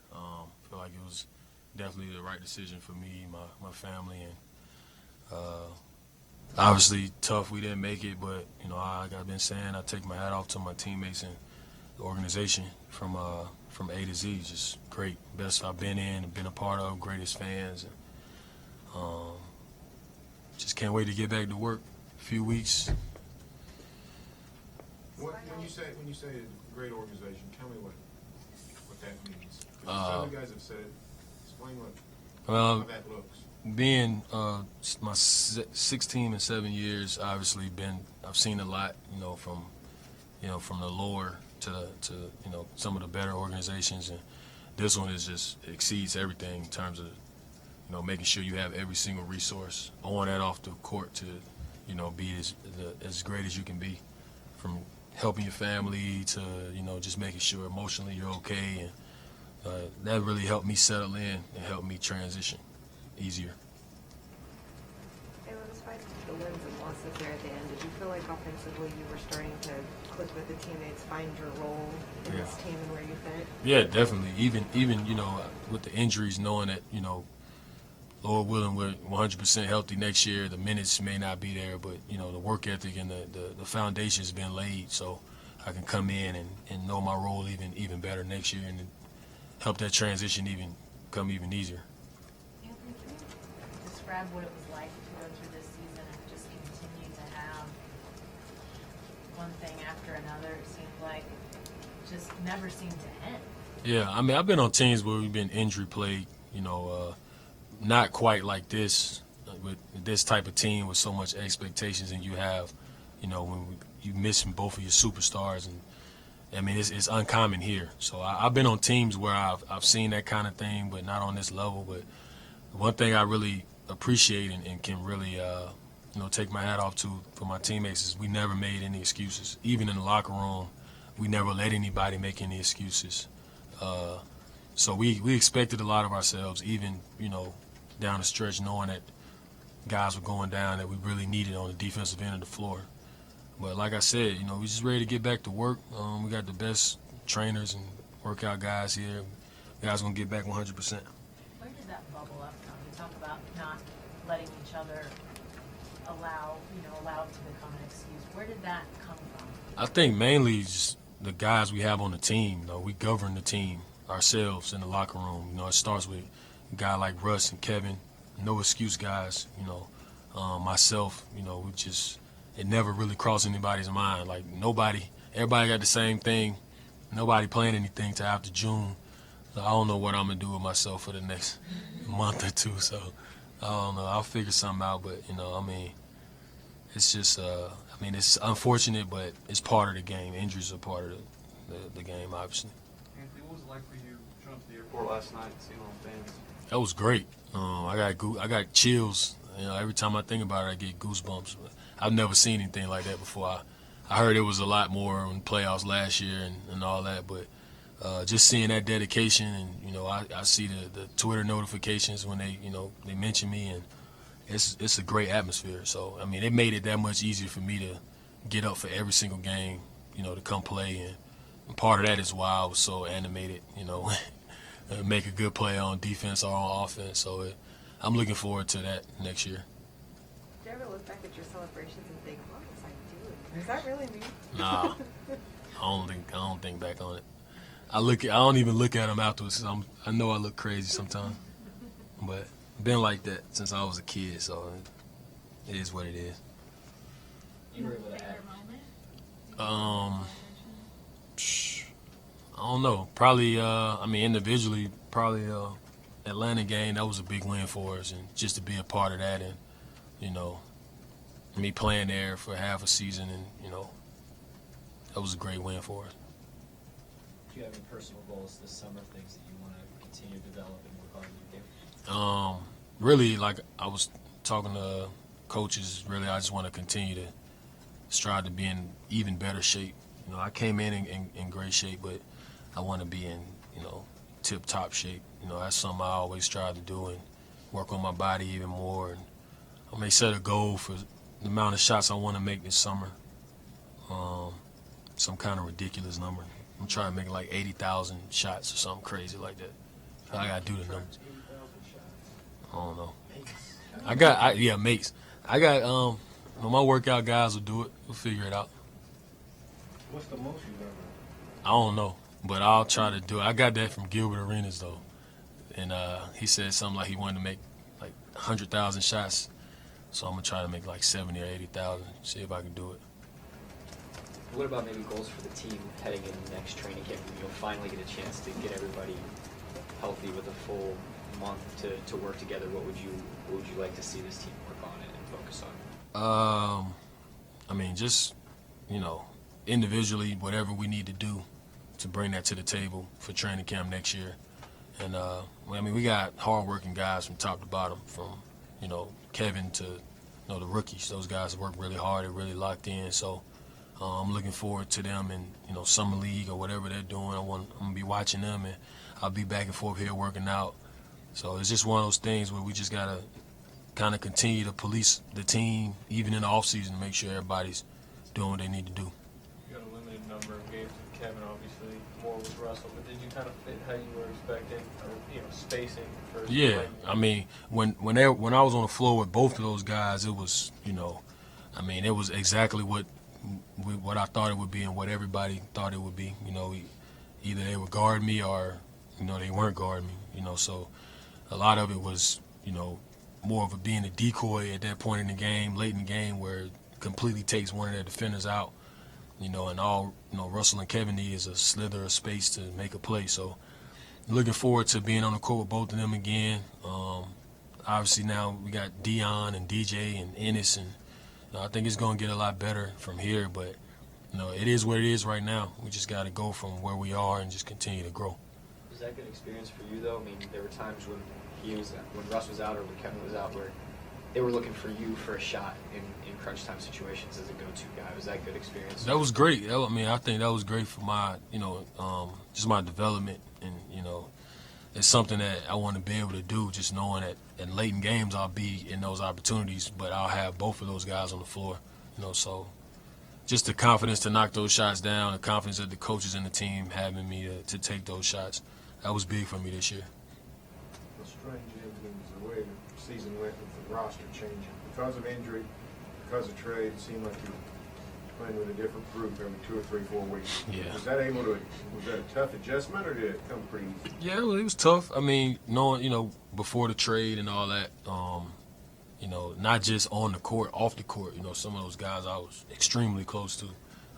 So it was, I think, and obviously, you know, they were close to the organization and the rest of the guys on the team. So just from that standpoint, it was tough. But obviously on the court, when we got, you know, we got that solidified second unit, it made it a lot easier, not just for me, but for a lot of guys, I feel like. And even with the injuries, a lot of guys got an opportunity to play and get some confidence that I think that's going to go well for them for next year. Some of the really good teams, Amo, have had sort of an identity to their second unit that's evolved together and really been a staple of what they did. Mm-hmm. Do you anticipate that with this team, with everybody healthy next year? Yeah, I mean, it was happening, you know, even in a short period of time. You know, yeah, DJ, extremely high basketball IQ, made a lot of guys' jobs easier, you know. So I think that his development, when he comes back, is going to be huge for our second unit. Dion made a lot of great strides, so I think it's a big summer for all of us just to continue to be students of the game and make ourselves better. Anthony, did your role change with the team, with the Thunder this year, and say some of your previous stops, Pelicans, Mavs, you mentioned Atlanta. Yeah. Was it any different this year for you? I mean, it was a lot different. You know, I really wasn't a part of anything in Atlanta or Dallas. In New Orleans, it kind of happened later in the season, you know. And this year, it was from start to finish, pretty much knowing what I was, you know, coming into. So, and then it even changed more with the injuries. You know, I think, you know, I was being looked upon to do more, even more offensively and defensively, challenging myself. And I mean, it was struggles at times. Obviously, when you come into a situation you can't control certain things, playing time, injuries, you know, So, but I think everything that happened really helped me on and off the court. Correct. The longer the season went, the more comfortable you got driving the ball, shooting that little floater or runner or whatever. Is that something that you've always been able to do, or is that something you've been developing, or is that something they encourage you to do? How'd that?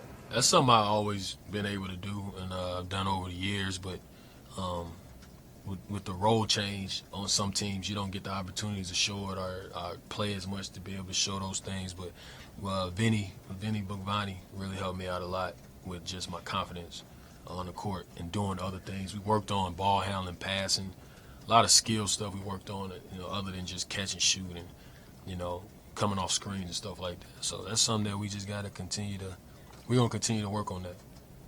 Tell me all you can about Vinny. I've been wanting to do a story on him for 4 years. Vinny? Traction. Y'all don't know anything about Vinny? That's my I man. know he's very animated. Oh man, he's I know he had a radio show or something like that in college. Really? Yeah, I know y'all don't know that. Didn't know that. Yeah, he a big hip hop, 90s hip hop guy. We talk about a lot of hip hop stuff. You know what I'm saying? That's my guy, man. But he's real like numbers and he breaks everything down. We'll watch film and break stuff down to just maybe 1 or 2 steps on a shot I took, or so we come in and work on stuff very specific, stuff that I can get better at. And he was huge this year in my development, emotion on and off the court. Pretty even keel guy, as you can see. So He's up yelling like instruction during the game. Yeah. You guys actually hearing? I hear his voice so much any other time, but I mean he's like I said, he watched so much film, and he's just one of those guys that he's very professional and takes his job extremely serious. And if you see him on the street, you can't tell that's what he is, but he definitely is a basketball junkie. Anthony, you mentioned the number of teams you've been on, and you mentioned that this is an organization that is top of the line. Was there anything about being here, being part of this franchise this past year that surprised you at all? I mean, it was pretty much what I expected. Being here, playing against the Thunder, seeing the crowd and fan base, but I mean, it was a little. It kind of shocked me how much they were, just entrenched in the Thunder organization. Off the court, just driving around, people seeing me, and it's amazing. It's like one of the best feelings to, for the fans to embrace us like that. But that was probably, one of the things that really kind of just, shocked me. Every time I see fans out and they, do certain things, say certain things, it's a good feeling. Anybody else? Thank you. See y'all next next year. A few months. It'll be a couple days. I'll be around.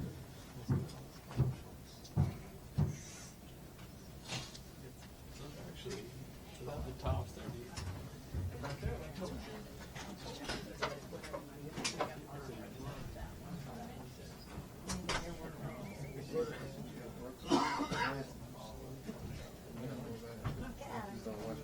Westbrook? I'm ready to send you to Westbrook. Who needs I got Novak, and I can get, don't leave Morrow, because he's the only one I have, so if you guys have something else you can We got Luke Collison on the box.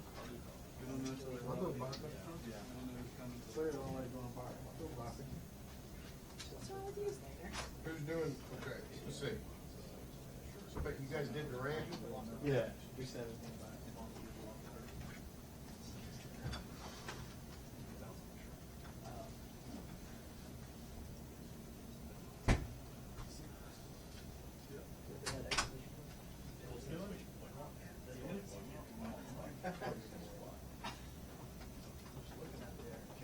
So what, is it only one person?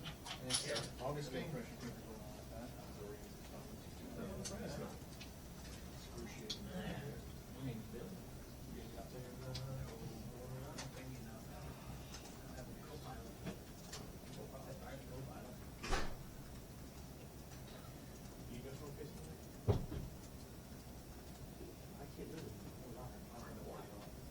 Written in the vows when I got married. Done. For real? Yeah.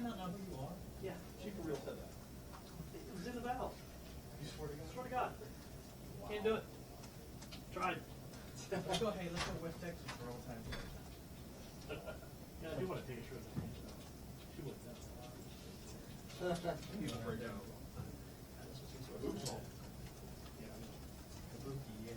That's a pretty loud break, really. That is true.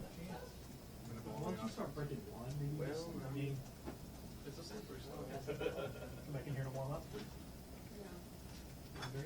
Yeah.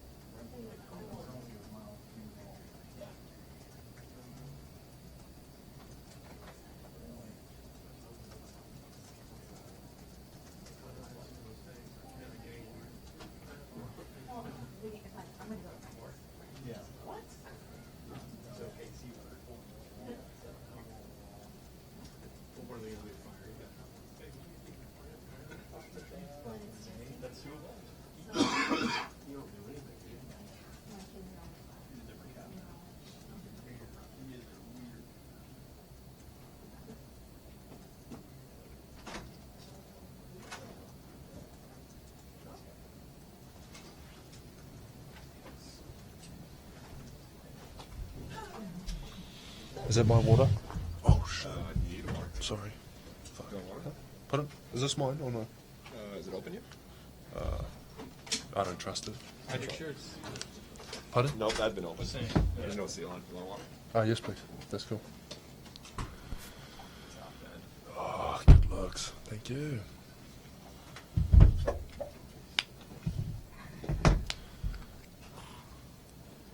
Questions for Steve?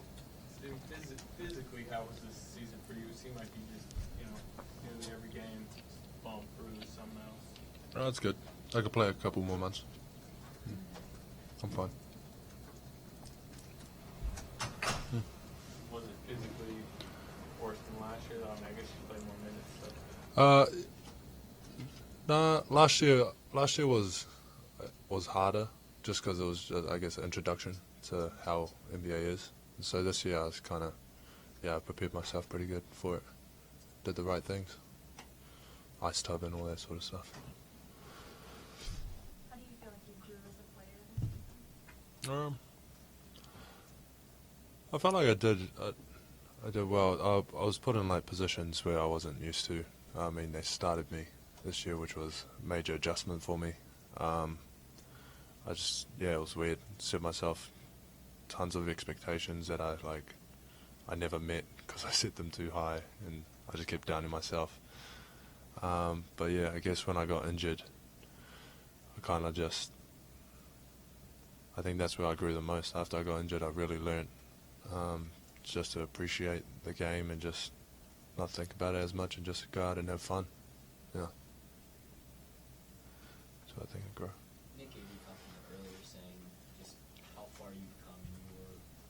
defense, understanding coverages and that kind of thing. What have you noticed about how much more comfortable you are in calling things out and recognizing those types of things on defense? Yeah, I'm actually real proud of where I've come from. From where I started to now. Yeah, just noticing stuff. It's really starting to slow down. I can identify, a lot of different coverages and that, which is really cool. I really struggled last year, but yeah, Nick's been helping me out a lot, like crazy. So. Obviously, you guys bringing in Cantor to play inside with you, and it appears that maybe some of that defensive learning that you've gone through is maybe the next evolution of him. Do you feel like he's got the mentality, the ability to improve defensively like you have? Kenta? Yeah. Yeah, for sure. He's definitely shown signs of, like, he understands where it is. It's just the timing of it is still really fast for him, which is what I was going through last year. But it's definitely like he's definitely taken some steps. And we're giving him compliments about it and stuff. He's on the right track. But yeah, I think he can. Both you guys went obviously to major college programs, but even that and your backgrounds before that, I mean, can anything prepare you for the defensive stuff that you have to process in the NBA, or do you just have to learn it like you are doing now? I think what actually helped me out really fast was just the veterans around me, and I guess the program, because as soon as I came in, it was all about defense, and just learned everything about it. So I think Ennis, he came in late from Utah, and I don't know how they do stuff there, but I feel like he'll be on the same page as me if we're in the exact same position. How big of an impact was Kendrick Perkins in your defensive development? Oh, it's pretty much all him, really. Honestly, I thank that guy so much. He's helped me out tremendously with everything. I just watch him. He's just got a really good understanding of it, and his communication is really, really good. And I don't know, he's got a good heart about him. He just really wants to help me, and that helped me out a lot. What did Russell do for you all in terms of confidence and leadership? It seemed like you and him continue to develop that sort of two-man pick-and-roll game on offense. Yeah. What was the question? Sorry, Just I was what did Russell daydreaming. do? Your relationship with Russell on the court, how has that grown and developed? Do you think? What ways is it even better now? I mean, we definitely have chemistry, just because we understand each other better, and it's just natural. That just comes with time, Last year was just really trying to not step on toes and stuff, but then then this year was just getting to know each other more, and then just understand each other. But then we're put in more situations where we had to actually play with each other a lot more, so that helped out. What's your summer schedule look like for summer league, potentially national team, New Zealand? I have no idea, mate. I have no idea. I'm just, I haven't made any plans for until July-ish, so I don't even know what's going on after that. But I've got a lot of thinking to do. Just sorting out. I'll sort it out. I'll give you a call. Let you know. No worries. Steven, you said the game slowed down for you so much in the last couple of years. How can this off-season help you? What will you spend the time doing so that you become more comfortable and coming into next year, embrace that starting role? So what do I got to do in the summer? I guess it's just I just got to play a lot more basketball and just just get a bit of feel for the game and just try and work on, I guess, my confidence and stuff. Obviously I got some stuff to work on. I'm gonna continue to work on them for my whole career, but for the most part I think it's just the mentality side of things. Still study the game as much as I can, and I think that'll help. That'll probably put me in the best position to come back next year. There were a couple of occasions where other coaches deliberately fouled you late in games, try and get their team back into the game. We've seen the Thunder do that with certain guys in the league. Is foul shooting an area that you're going to really devote yourself to? Is that something that's in your mind to improve? Yeah. I mean, I've been working on it all this year and stuff, but it's just different in the games. It's real weird. I just got to get...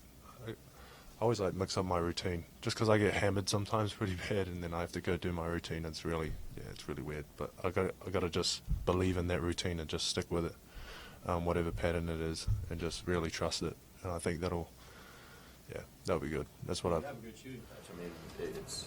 Oh, thanks, mate. No, don't you? Don't you think you have a good shooting touch? Sure. Yeah, I think I do. Yeah, sure. We're the brave. Yeah. All right.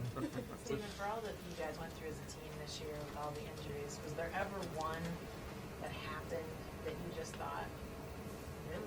I mean, really? Another one? Was there ever that moment for you? I guess it was my one. When I got injured, I was like, that was my first broken bone. I was like, why me? Like, hey, why do I get injured? That was like, I don't know. Just because I thought I was like invincible. I was still thinking like a teenager, so I was just like, thought I was sweet, but nah, that one sucked. The other one actually was Nick Collison. His one really sucked.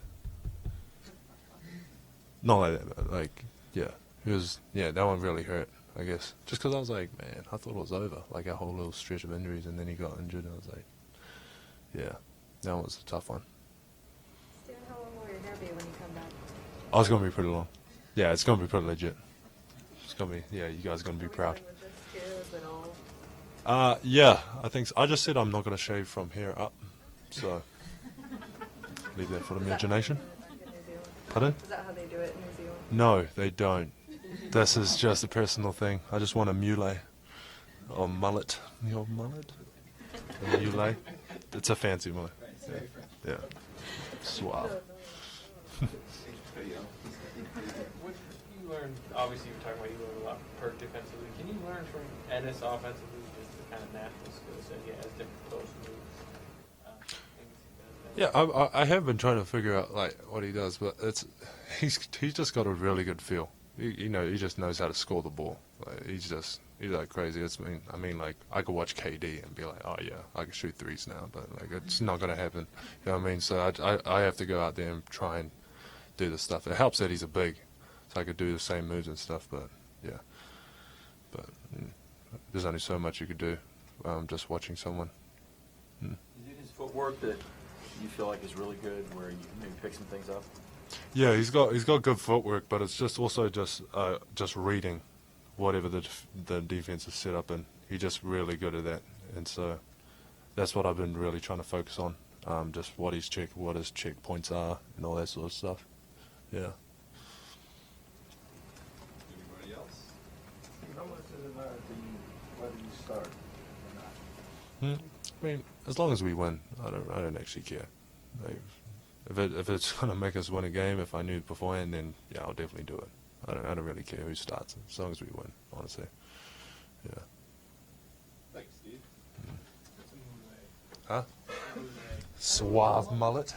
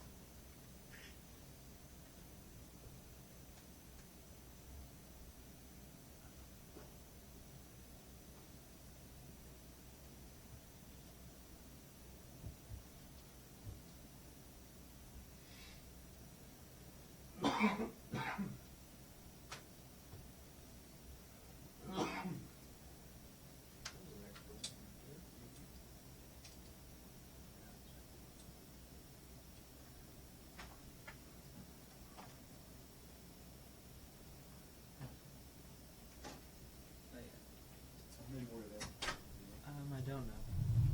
We've been trying to.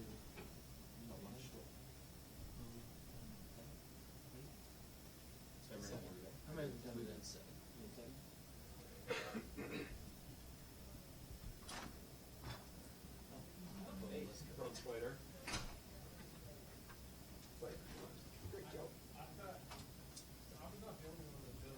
No, I'm pretty sure everyone in here got the joke except for you, Senator. I know what a mullet is. Yeah.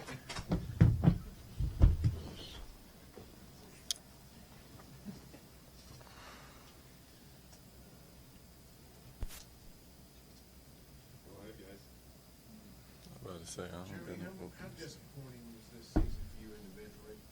Considering playing time was fairly high early and not so much left. It was disappointing, but I just gotta learn from it. Get better this summer. Keep working. Don't let it get me down. Just try to take what I learned from it and get better this summer, and hopefully, get an opportunity next year. Would you welcome a change of scenery this summer? You feel like that's something you might need? Well, I just want an opportunity. So, like I said, I'm focused on getting better. If the opportunity is here or somewhere else, I can't really focus on that. But like I said, I'm just trying to get better, work on my game, focus on my game, and whatever happens, happens. You feel like every time you were kind of making progress, you got pulled out of the lineup. It's kind of tough for you to be consistent. Those erratic minutes. Well, I was going early in the year, and then I got pulled out. So, that was early in the year. It wasn't like I was playing and stopped playing and playing and stopped playing. So, early I played okay, tried to get my rhythm, kind of fell out of rotation, and, after that my minutes was low all year. So, it was a tough year, but like I said, just got to learn from it. Did you ever get a reason why you fell out of rotation? No. Do you have an idea? Do you think it's something defense or anything? Any idea why? It probably has to do with defense, different things, but that's a question for him. Do you look at this team's defense like it can't be any worse if you get in there? No, not really. I wasn't really. I tried to stay locked in on, the positives and what I could do to learn, sitting on the bench. So I wasn't really, focused on that. How confident are you that you can still be an impactful player in this league, wherever it is? Very confident. I work hard. There's a lot of people that didn't play a lot early in their career, so I just got to stay at it, keep working. But I'm confident that I can, be a great player in this league. What part of your game do you feel like needs the most improvement? Got to get stronger, defense, and my mindset. Has that been a big focus for you, getting stronger, paying time in the weight room during this stretch? Yeah, definitely. When I fell out of rotation, realized I wasn't going to play, I got on a different weight plan. So, I've been lifting hard. So just continue it on into the off season. Just try to get as strong as possible. Tough start that you guys had this season. You were one of the guys that was actually healthy and in the trenches there. How proud were you that you guys kind of made it clean on the other side and stuck together through all that? Well, that was a tough time. We only won 4 games. But yeah, we never made excuses. We lost a lot of those games by a few points. A shot go in here and there, we would have won them. So we played as hard as we could. We worked hard. Just weren't able to come out with wins, but we stuck together, and that's all we could ask. Jeremy, when you talk about improving your mindset, what does that mean for you? Just just staying confident. Sometimes I lose confidence, whether that's not playing or missing shots. But I got to stay aggressive, no matter what happens. It's a long season. Can't get too high, can't get too low. So, I think that's basically the area I'm talking about. Anybody else? Thanks, Gary. Thank you.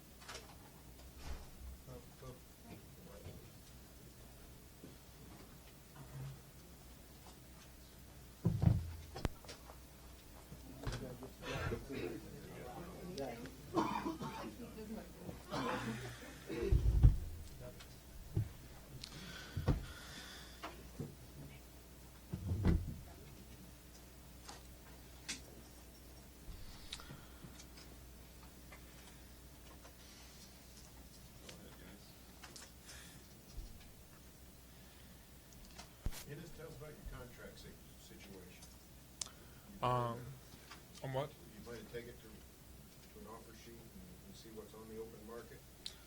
Yeah, but well, obviously I love it here, and obviously it's not in my hands. So we're just gonna see what's gonna happen this summer. It's gonna be interesting. When do you expect to start those negotiations? Are you going to take some time off, not think about basketball? How are you gonna Definitely, I'm just gonna probably take some time off and just go to Turkey, probably like a month, and I'm just gonna come back and just start working out and start to see what's my situation is. So I'll just wait and see. Think you fit here? Huh? Do you like it here? Do you like the? Do you think you fit here on a court standpoint? Definitely. Just Say it on a again. court, like from a basketball standpoint, do you feel like you fit on this team? Definitely. I mean, I love it here, and I mean, Oklahoma City obviously was a good good fit for me the day one, and they opened their arms the day one again, and I just like playing with all these guys, and they give themselves 100% every time. So I'm just will definitely like to come back here, but again, it's not in my hand. How big of a factor is whether or not you start when it comes to your contract? Is that a big deal to you, or do you care? Well, it's not my decision. It's coach decision. So he's the one who's making those decisions. So I'm just okay with everything. As you know, I just want to help this team win. And every minute I'm on the floor. If I'm playing, if I'm not even playing 0 minutes, I just want this team to succeed and just get wins. So this is my thing. So it's his thing. So it's not I can. And with this team, you were an 18 and 11 guy, as it turned out, over 26 or so games. Are those the numbers you expect from here? I mean, how do you view how you performed here in this system as it projects ahead for you individually? Well, definitely, I was like, first time I hear Oklahoma City, I get traded, I was like, kind of nervous that because, all the people's, who's here, obviously, so all the superstars, all the, the guys here, and Oklahoma City is obviously, a really good team. And I was really nervous. But after I got here, I just fit in it, and I don't know what it is, but I just felt like, it was the right team, it was the right situation, and everything just falling apart, and it was just everything falling in the right place, and just where we are now. How much did Russell have to do with that chemistry you guys immediately seem to have on the court? A lot. I mean, obviously his thing, it didn't just affect me, it affected the whole team. Obviously every time he's on the floor, he communicated with us, and he just, pumped us up every time. Whenever I see him, I just wanted to play more because his energy, his thing. I call him like Hustle Westbrook, not Russell Westbrook. So it was because he's like every time he's on the floor, he's giving everything he has. So it was just pretty cool. I know, right? It's pretty cool. That's my nickname for him. You seem to be like a kid with him sometimes after going into a timeout, like chest bumping him and grabbing him like a big brother. Did you Well, feel I never had a teammate like that before. My whole career, my whole NBA career, I never had a teammate like that before. And that's the first time that he's like. I mean, I felt like that before. I wasn't just. I mean, it's not just with him, with everybody. Just like all the dancing on the sideline, all like the handshakes and everything. I mean, it's just something that I never experienced before, and it was just really cool. When you look at next year and everybody comes back and Kevin's in the lineup, and that camaraderie, does that make it even more appealing to want to stay with this organization and be a focal point? Yeah, definitely. I mean, our goal, like I think let me talk about this first. Our goal was the ring. Even this year, our goal, all the people who got hurt, our goal was always ring. And next year, all the guys when comebacks, our goal's gonna be ring again. And every time, I mean, it's just gonna be unbelievable. Although Kevin will come back, Serge come back, when Russell's keep playing, I think it's gonna be this team is gonna be unbelievable. Stephen was in here a little bit ago talking about for him how his defense has continued to evolve and improve. And is that an area where you feel like you can learn from him, from Mark, from some of these other guys, and see a big improvement in jump? Yeah, definitely. That's been we've been talking about it the whole season, because we don't really talk about offense too much. All we were talking about was defense, and especially just with I was talking about, Steven the most, I think, and then, Serge was helping me too. So I think, in the summer, I can really get him improved on too. Did you feel like Kentucky, you didn't play very much? You know, the situation in Utah. Do you feel like that maybe this is an opportunity to really be taught and sort of soak up some of that defensive stuff that maybe just the way your career has gone, it just hasn't been as much a focal point for you? Yeah, definitely. I don't really like, to make excuses, but like you said, this team taught me lots of stuff, on special on defense, it's a learning process, and it's just getting better and better every day, and that's what we've been talking about it. It's just baby steps. How do you go about like practicing defense in the offseason? Obviously, you practice your shot, different moves. How do you go about working on defense? Well, I think you can work on your legs. You can work on you can get 2-point guard, work on the pick and roll coverages, and I think that's we need to improve on. That's what I need to improve on, I think, and I think just work on the lower body. I think that's the most important thing on defense. Just be able to move your legs. Kevin's last game was the first game before you got here, so you've never played a game with Kevin. Yeah. I guess how much did that suck? How much are you excited moving forward to play with him? Yeah, I was really excited to play with him, and well, I never get the chance to play with him. But next year if I'm come back, I'm definitely really excited to play with him. I mean, I saw how Russell plays, and I just want to see how like Russell and Kevin on the floor same time will play. I mean, it's gonna be crazy, I guess. So I'm just really excited I'm really excited. Your footwork and touch around the rim, is that just, are those natural gifts, or is that something that you had to develop over time, and how did you do that?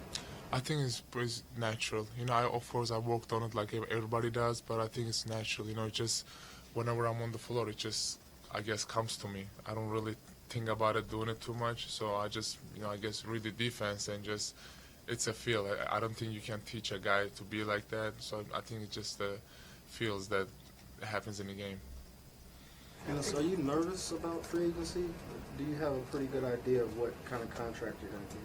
I'm not nervous at all, and I have no idea what kind of contract I'm gonna get. Like I said, I just want to be in a team that I just want to be happy, and I just want to see this team get success, make playoffs, and I'm not nervous at all. I mean that contract things, my agents handle it, so I'm not really worried about it. What do you tell your agent when you say, I want to play in Oklahoma City, but I want as much money as I can get? Is that Well, what you're telling? I'm just telling him I just want to go somewhere that I'm happy that I can play. Whenever I play basketball, I look around and I just want to see. I just want to see the fans. I just want to play for the fans. I want to play for the team. I want to play for the, for my coaches, for the city. So I don't really think about like, oh, this is how much money I'm gonna get. This is what. I just want to go somewhere that I can play for people who's around me. How do you know if that's, like, it doesn't sound like you knew that when you got here. No. When you discovered it as you get here. How do you find out if that's the case?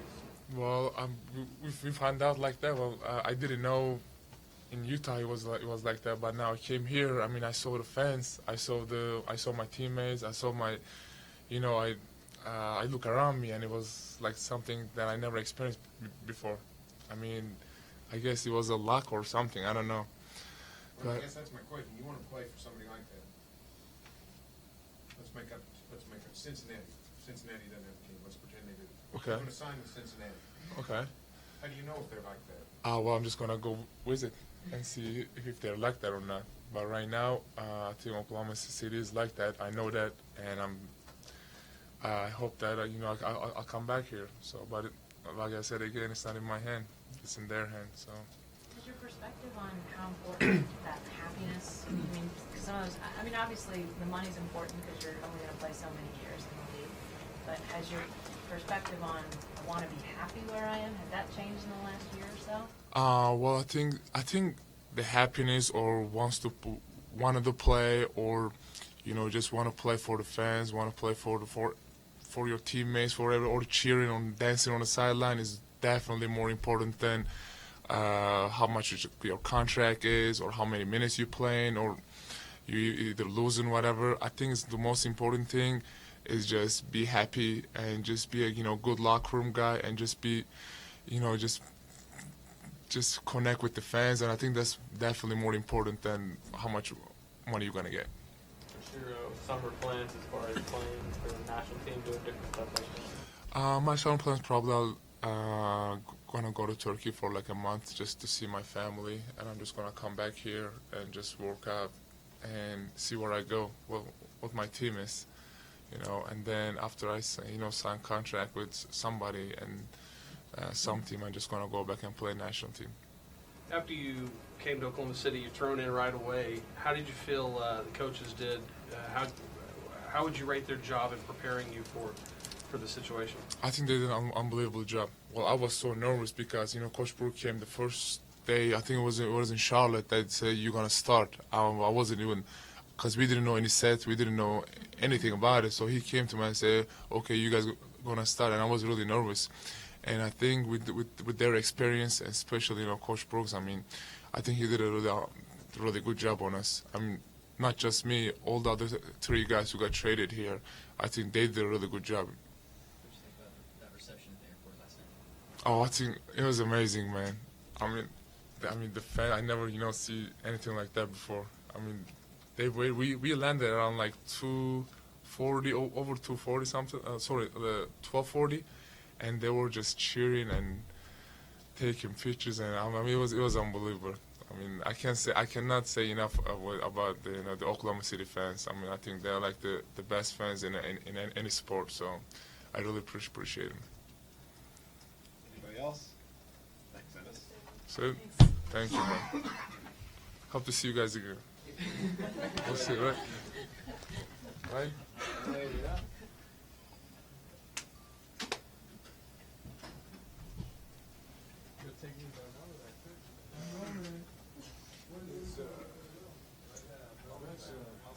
How many more can we have? That's 9. Is that 9? That's 9. Well, that's 60%. Plus Brooks, yeah. Typically they split it up. It's It's 9 9 kids. It's usually the starters and then like a Nick and a Fish, and then you're done. Who's even left at this point? The only other guy that would be a veteran would be DJ. They brought nobody.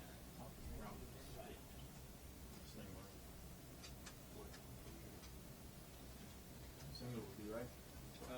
He's 4th-year guy. They brought him out.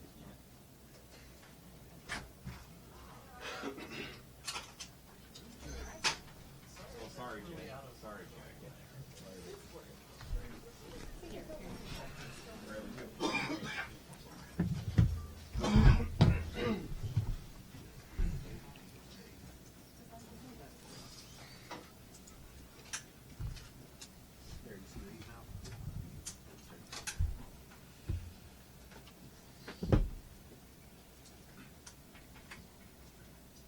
What was your experience like here?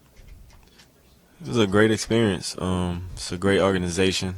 I'm very happy to be a part of this team. Great players, and it was rough because when I got here, we had a lot of guys hurt. Since I've been here, a lot of guys have been hurt. So it's been a lot of ups and downs. I've heard before I got here and since I've been here, and I think at the same time we all competed and played hard, to try to do what we could do.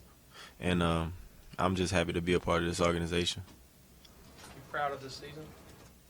Like I said, I haven't been here the whole year, so I think I'm proud of what we've done in the last couple of months with what we had. We had a lot of key guys hurt, and I think, like I said, we all competed to the very end. We played hard, we practiced hard, we worked hard, and I think that's the biggest thing. Guys have already been through a lot when you got here. How did you sense they were still in it? I think Scott said it earlier today, at some point everybody could have just folded in. Yeah. How did you guys stay in it? Just leadership, guys like Russ, Nick Collison, they bring a lot of leadership to this team and keep everybody, uplifted. through bad times, and I've been on some bad teams, and it's hard to play through those kind of situations. It's hard to come to work and come to practice, you know, in those situations. So when I got here, everybody was in good spirits, and like I said, just a lot of competitors on this team and wanted to win. You've floated around a ton since you left Charlotte. Do you feel like this is the place? I know there's only one more year on your deal, but this is the place moving forward. Kind of want to stay. Yeah, I mean, I definitely want to be a part of this team. I think when everybody's healthy and playing together, I think we definitely have a championship team here. Great city, great fans, and a great organization. So I would love to spend a long time here and play, play for this team. What kind of second unit could you guys have next year? I think we could be pretty good. Obviously, most of our second unit was new guys, so we haven't had a chance to play together and get a chemistry. So I think going into the summer, working out with each other and going into training camp next year, I think we could be a really good second unit. Kevin talked about being fueled by some of the critics and some of the things he sees on social media, things like that. Has he always been like that since you've known him? Kind of get fired up by those things, and just kind of what's your take on how he does that? I knew he always was into social media and stuff like that, but I didn't know it really fired him up like that. He's always just loved basketball, loved being the best. So I think the fact that he's getting older and those kind of things are starting to kind of get to him, and he works so hard, and people still have negative things to say about him and his team. It kind of fires him up. So I think he just wants to put all those people, those doubters, to rest and just show what we can do. What's better, Kevin Durant? Fired up Kevin Durant, or kind of chill? Either way, he's Kevin Durant, man. So he's the best player, I think, in the league, and when he's healthy, I mean, he could do whatever he wants any given night, no matter if he's fired up or not. He just has that competitive edge and wants to be the best when he steps out on the floor against anybody. How much of a void is it? Jim's been here 2 months or so. You didn't get to play with him. That's sort of an unfinished chapter in this whole thing. Is it you and the other new guys haven't got to play with Durant yet? Yeah, I mean, we're all excited for him to get back and be able to play with him. He brings so much to the team, offensively and defensively. Double teams, stuff like that. It'll make it easier for guys like myself and other players to get open shots. What's he just kind of stewing during all this behind the scenes when you talk to him? Yeah, I mean, he definitely was down at times and trying to stay positive, and obviously he wanted to be out there with us and be around us, but it's tough right now for him. He just has to, rest and let his foot, heal, and he's itching to get back on the court already, but it's better for him to just take his time and use his time to heal as much as he can. So when he does come back, obviously he goes hard whenever he's on the floor, and he's gonna work harder than ever, I think, this time around.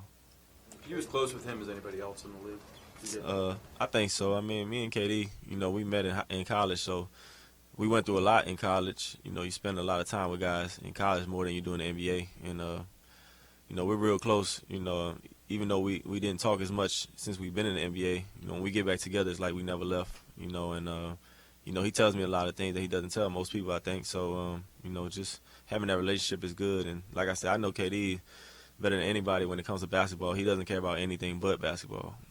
So I just hope he gets healed quick and gets back out there.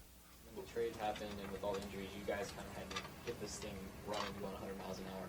How much of a benefit will it be to have a whole off-season, preseason, training camp to kind of get everybody on the same page? Yeah, I mean, it'll be great. Coming from other teams, each team has different calls on defense and offense. So sometimes it was kind of confusing out there on the court. Things were being called on defense, and I was kind of, myself included, was thinking, defensive calls I had for other teams. So, just having a chance to understand everything and learn the language of this team and the culture of this team, offensively and defensively, it'll help a lot. What was your impression of Russ before you became his teammate, and how might that have changed after you became teammates? I've been knowing Russ since high school, played against each other in college. I always knew the type of player he was. But being here as his teammate, I never noticed the things he does off the court to prepare himself for the game, his mental state before a game, and how he approaches every game. I mean, some guys, depending on who we playing, might take the night and be like, okay, this might be an easy matchup, whatever the case is. But Russ, it doesn't matter who we're playing. he goes out there like we're playing for a championship every night. And I never knew that, playing against him. But now that I'm his teammate, it kind of rubs off on everybody and makes us all want to feel that way. We regularly hear from guys who are acquired after being other places about what a good organization this is to play for. Obviously, winning helps, but I get the sense like it's other things. Have you sensed things that are done differently, just within the organization that maybe is even surprising to you at all? Yeah, I mean, it's a lot of things, just as far as the way they feed us here and the training staff, how they treat us, taking care of your body is the most important thing with this organization, I think, and it goes a long way, the way we play.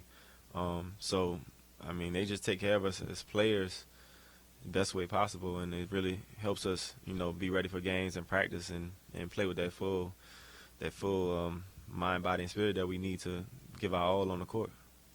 You and Scotty down the stretch got into a pretty good rotation, pretty regular rotation.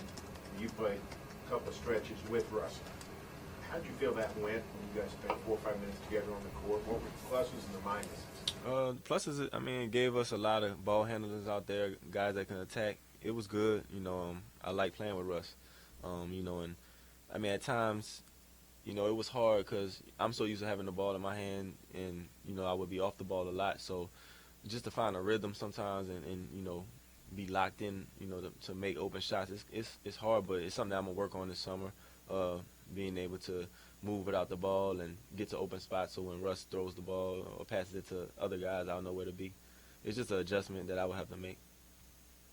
Kyle got off to a slow start when you guys first got here, but he seemed to pick it up down the stretch. Just what was the difference for him, and what didn't we see in Kyle Singler that we probably could see if he had a full year here? Yeah, just like any player, it's hard when you're coming from a different situation and being thrown into the fire with a team that's already together. And I think Kyle did his best. It's hard to find a rhythm. As basketball players, when we out there, a lot of people don't know. I mean, if you don't have a rhythm, you're not going to look good or play good. And I think for him, he was just trying to find a rhythm, and eventually he found it, I think, through playing defense. That kind of fired him up, and he's a great defender. He kind of does all the little things, kind of like a glue guy, and he can score. I mean, you give him the opportunity, I think Kyle will score a lot, and I think next year he'll bring that. Back next year, and obviously he doesn't have to start playing behind KD. How is that role going to help him or benefit him in terms of being more who he is? Yeah, it'll help him a lot. He'll be able to, get his thoughts together on the bench and watch the guys in front of him. But at the same time, Kyle is the type of guy, I'm pretty sure you noticed this year, that he can go a game without playing at all and be thrown in the next game and play well. So that's hard to do. It's really hard to do on this level, and I respect a guy like that. Anybody else? Thanks, DJ. No problem.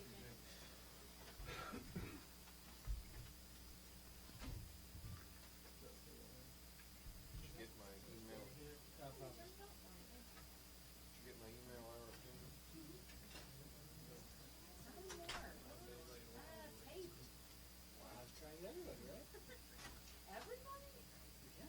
Is that 10 players?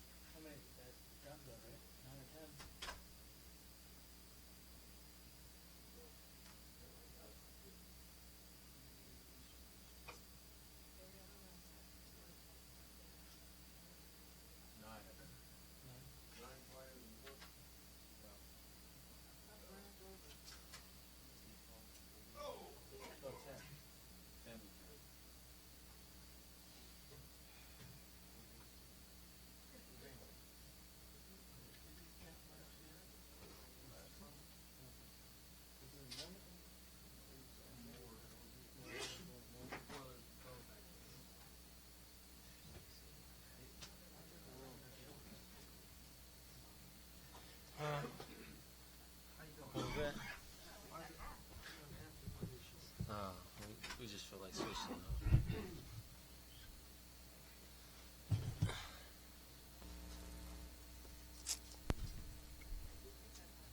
Rangers. Questions for directors? I'm just kidding. Jerry, you talked about just how you felt like you did early on in the season before you got injured, what you brought to this team, and Well, I feel like I brought, a defensive-minded player to the team. Toughness about myself. Just guy out there willing to risk anything and everything for his team.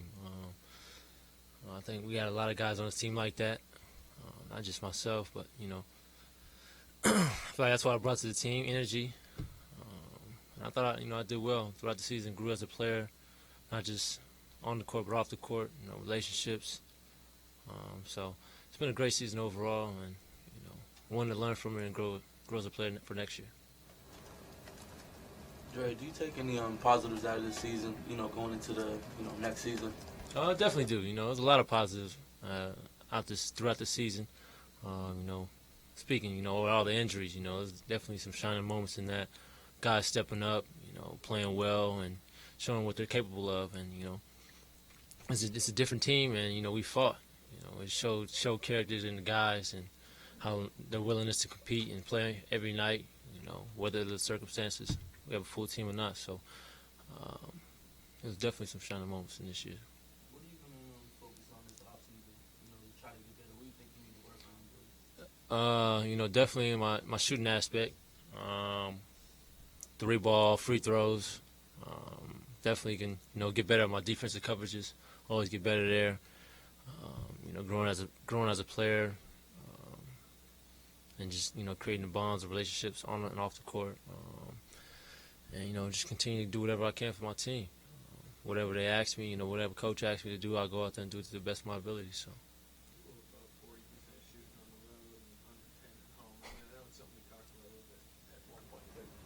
Why do you think there was such a disparity? I'm not sure. I couldn't tell you that. I do the same routine that I do at home that I do on the road. I don't know. I guess I kind of always like playing away. I'm not sure. I've always been like that. But, I guess it's more of a challenge, you know what I mean? So I couldn't tell you why there's a difference in my shooting on the road and off the road. How comfortable are you shooting? My confidence has continued growing. I definitely feel comfortable each and every game. I go out there, get up a shot. Just getting those reps. In-game reps are totally different than practicing my three.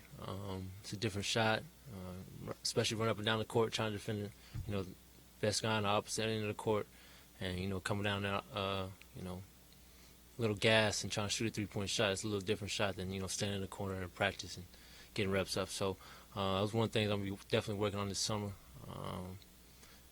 Continue to grow my confidence in my shot. How much did it help with Russ? Seemed like he had a lot of confidence in you, finding you, especially in the corners. It felt great. Knowing that my teammates have my back. Russ finding me to get up my shot.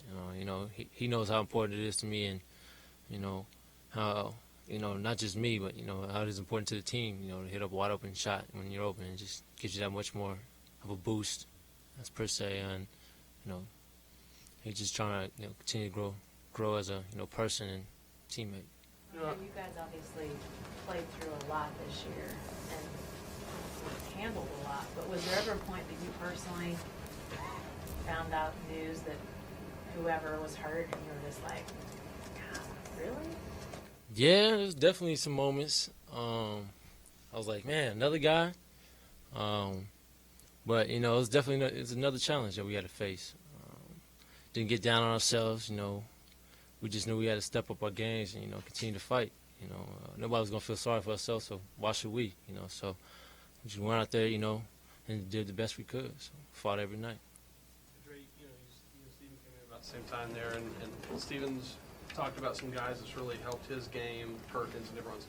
When you talk about running down the court, being gassed, taking a three, are there guys that you can look at on this team right now, maybe have already spent some time with you and kind of mentoring you, or guys like Anthony Morrow who spot up three-pointers? Definitely. Anthony's definitely been a big factor and with me, helping my shot from the mental aspect of it, just giving me his insight on what he does and what he thinks about. Kevin has also been a great mentor for me, and just teaching me not just my three-pointer, but the game as well. learn from him is definitely a big thing I could do, and continue my success in the future. So, I would say all my teammates have my back. They give me pointers here and there. That's what a team's for. So. You and Steven bonded through the time you've grown together. I know you guys are close. What have you bonded over? We bonded pretty much since day one over pretty much anything. We could talk about anything. It's kind of like my brother, just like everybody else here is. But, just me and him were just a little bit closer since we came in together, and been there since day one. So we kind of got that bond. It's a little special. You seem to both be in the same position as well as just knowing your potential, but trying to mentally have the confidence. Do you see that in both of you guys? I definitely. We were talking about that the other day. Just, kind of how we kind of freeze up on the offensive end and kind of think too much about the game, and instead of going out there and playing it like we should. And I would always, growing up, playing it because it was fun, and, just going out there and kind of having the same mindset. Just trying to, we're just trying to help ourselves and kind of go through the same thing and try to break that mental barrier. So. You ever met anyone like Steven? No, he's one of a kind. One of a kind. You talk about having fun, and as Cantor was in here talking about that same environment. How important do you think that is to the chemistry of a team, bringing new guys in? It seems like with the younger team, you have a lot of that energy, but even some of the veteran guys are clowning a lot. Is that a big deal to you? Oh, it is. I feel like at times we put too much stress on ourselves, and that can lead to us missing shots or just thinking about it too much. And that's one thing we talked about as a team, going out there and playing free. The reason why, and go back to why we started playing this game in the first place, because it was fun, and I know the guys can attest to this, and, we had some of our best moments when we were playing fun, sharing the ball, and playing for each other. And that's when we played our best basketball this year, and it's been fun, and I hope we continue to play like that. I know you're only heading into your third year, but do you view yourself as pretty integral to what this team wants to do defensively? And if so, you mentioned coverages, but where do you want to even step your game up on that level even further? I could definitely see myself as a big part on this team, defensively wise. Definitely I can see myself growing, like you said, defensive coverage, but also, knowing my personnel, who am I playing, is he a finesse player? Can I be aggressive with them? Can I not? Things like that. What are their tendencies, sweet spots, and stuff like that. So I'm continuing to grow each and every game. Just watching film, listening to some of the older guys that kind of went through it, know what the players like. So I'm continuing to grow, and got the guys behind me to help me grow as a player as well. So.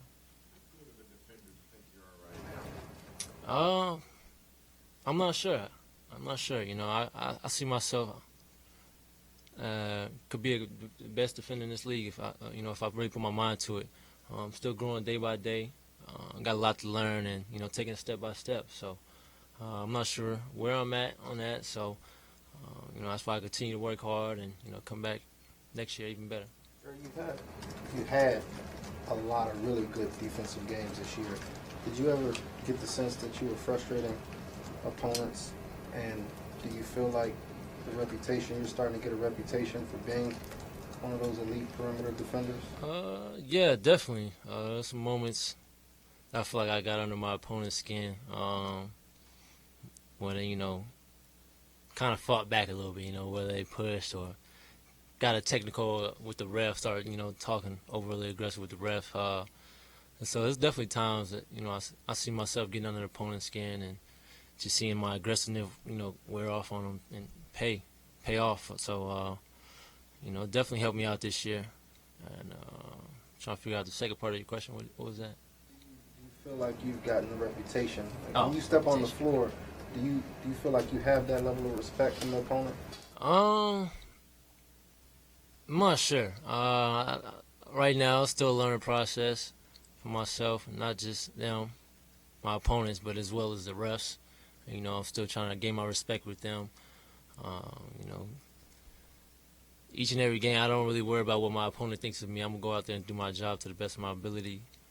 But, sometimes I do think the refs, kind of get under my skin and call them some cheap fouls. So But I'm still learning. I'm still learning with that. You know, like I said, learning when to be aggressive, when not to be. So I think I'm a ways away, but I think I'll get there.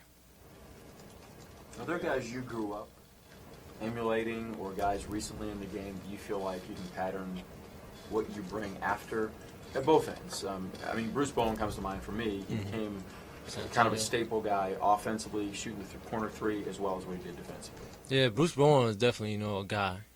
You know, growing up, I watched him a lot, you know, especially being from San Antonio. You know, how he got under guys' skin and, you know, how he, you know, progressed each and every year shooting that corner three. And, you know, I learned from him. Growing up, I watched Scottie Pippen a lot.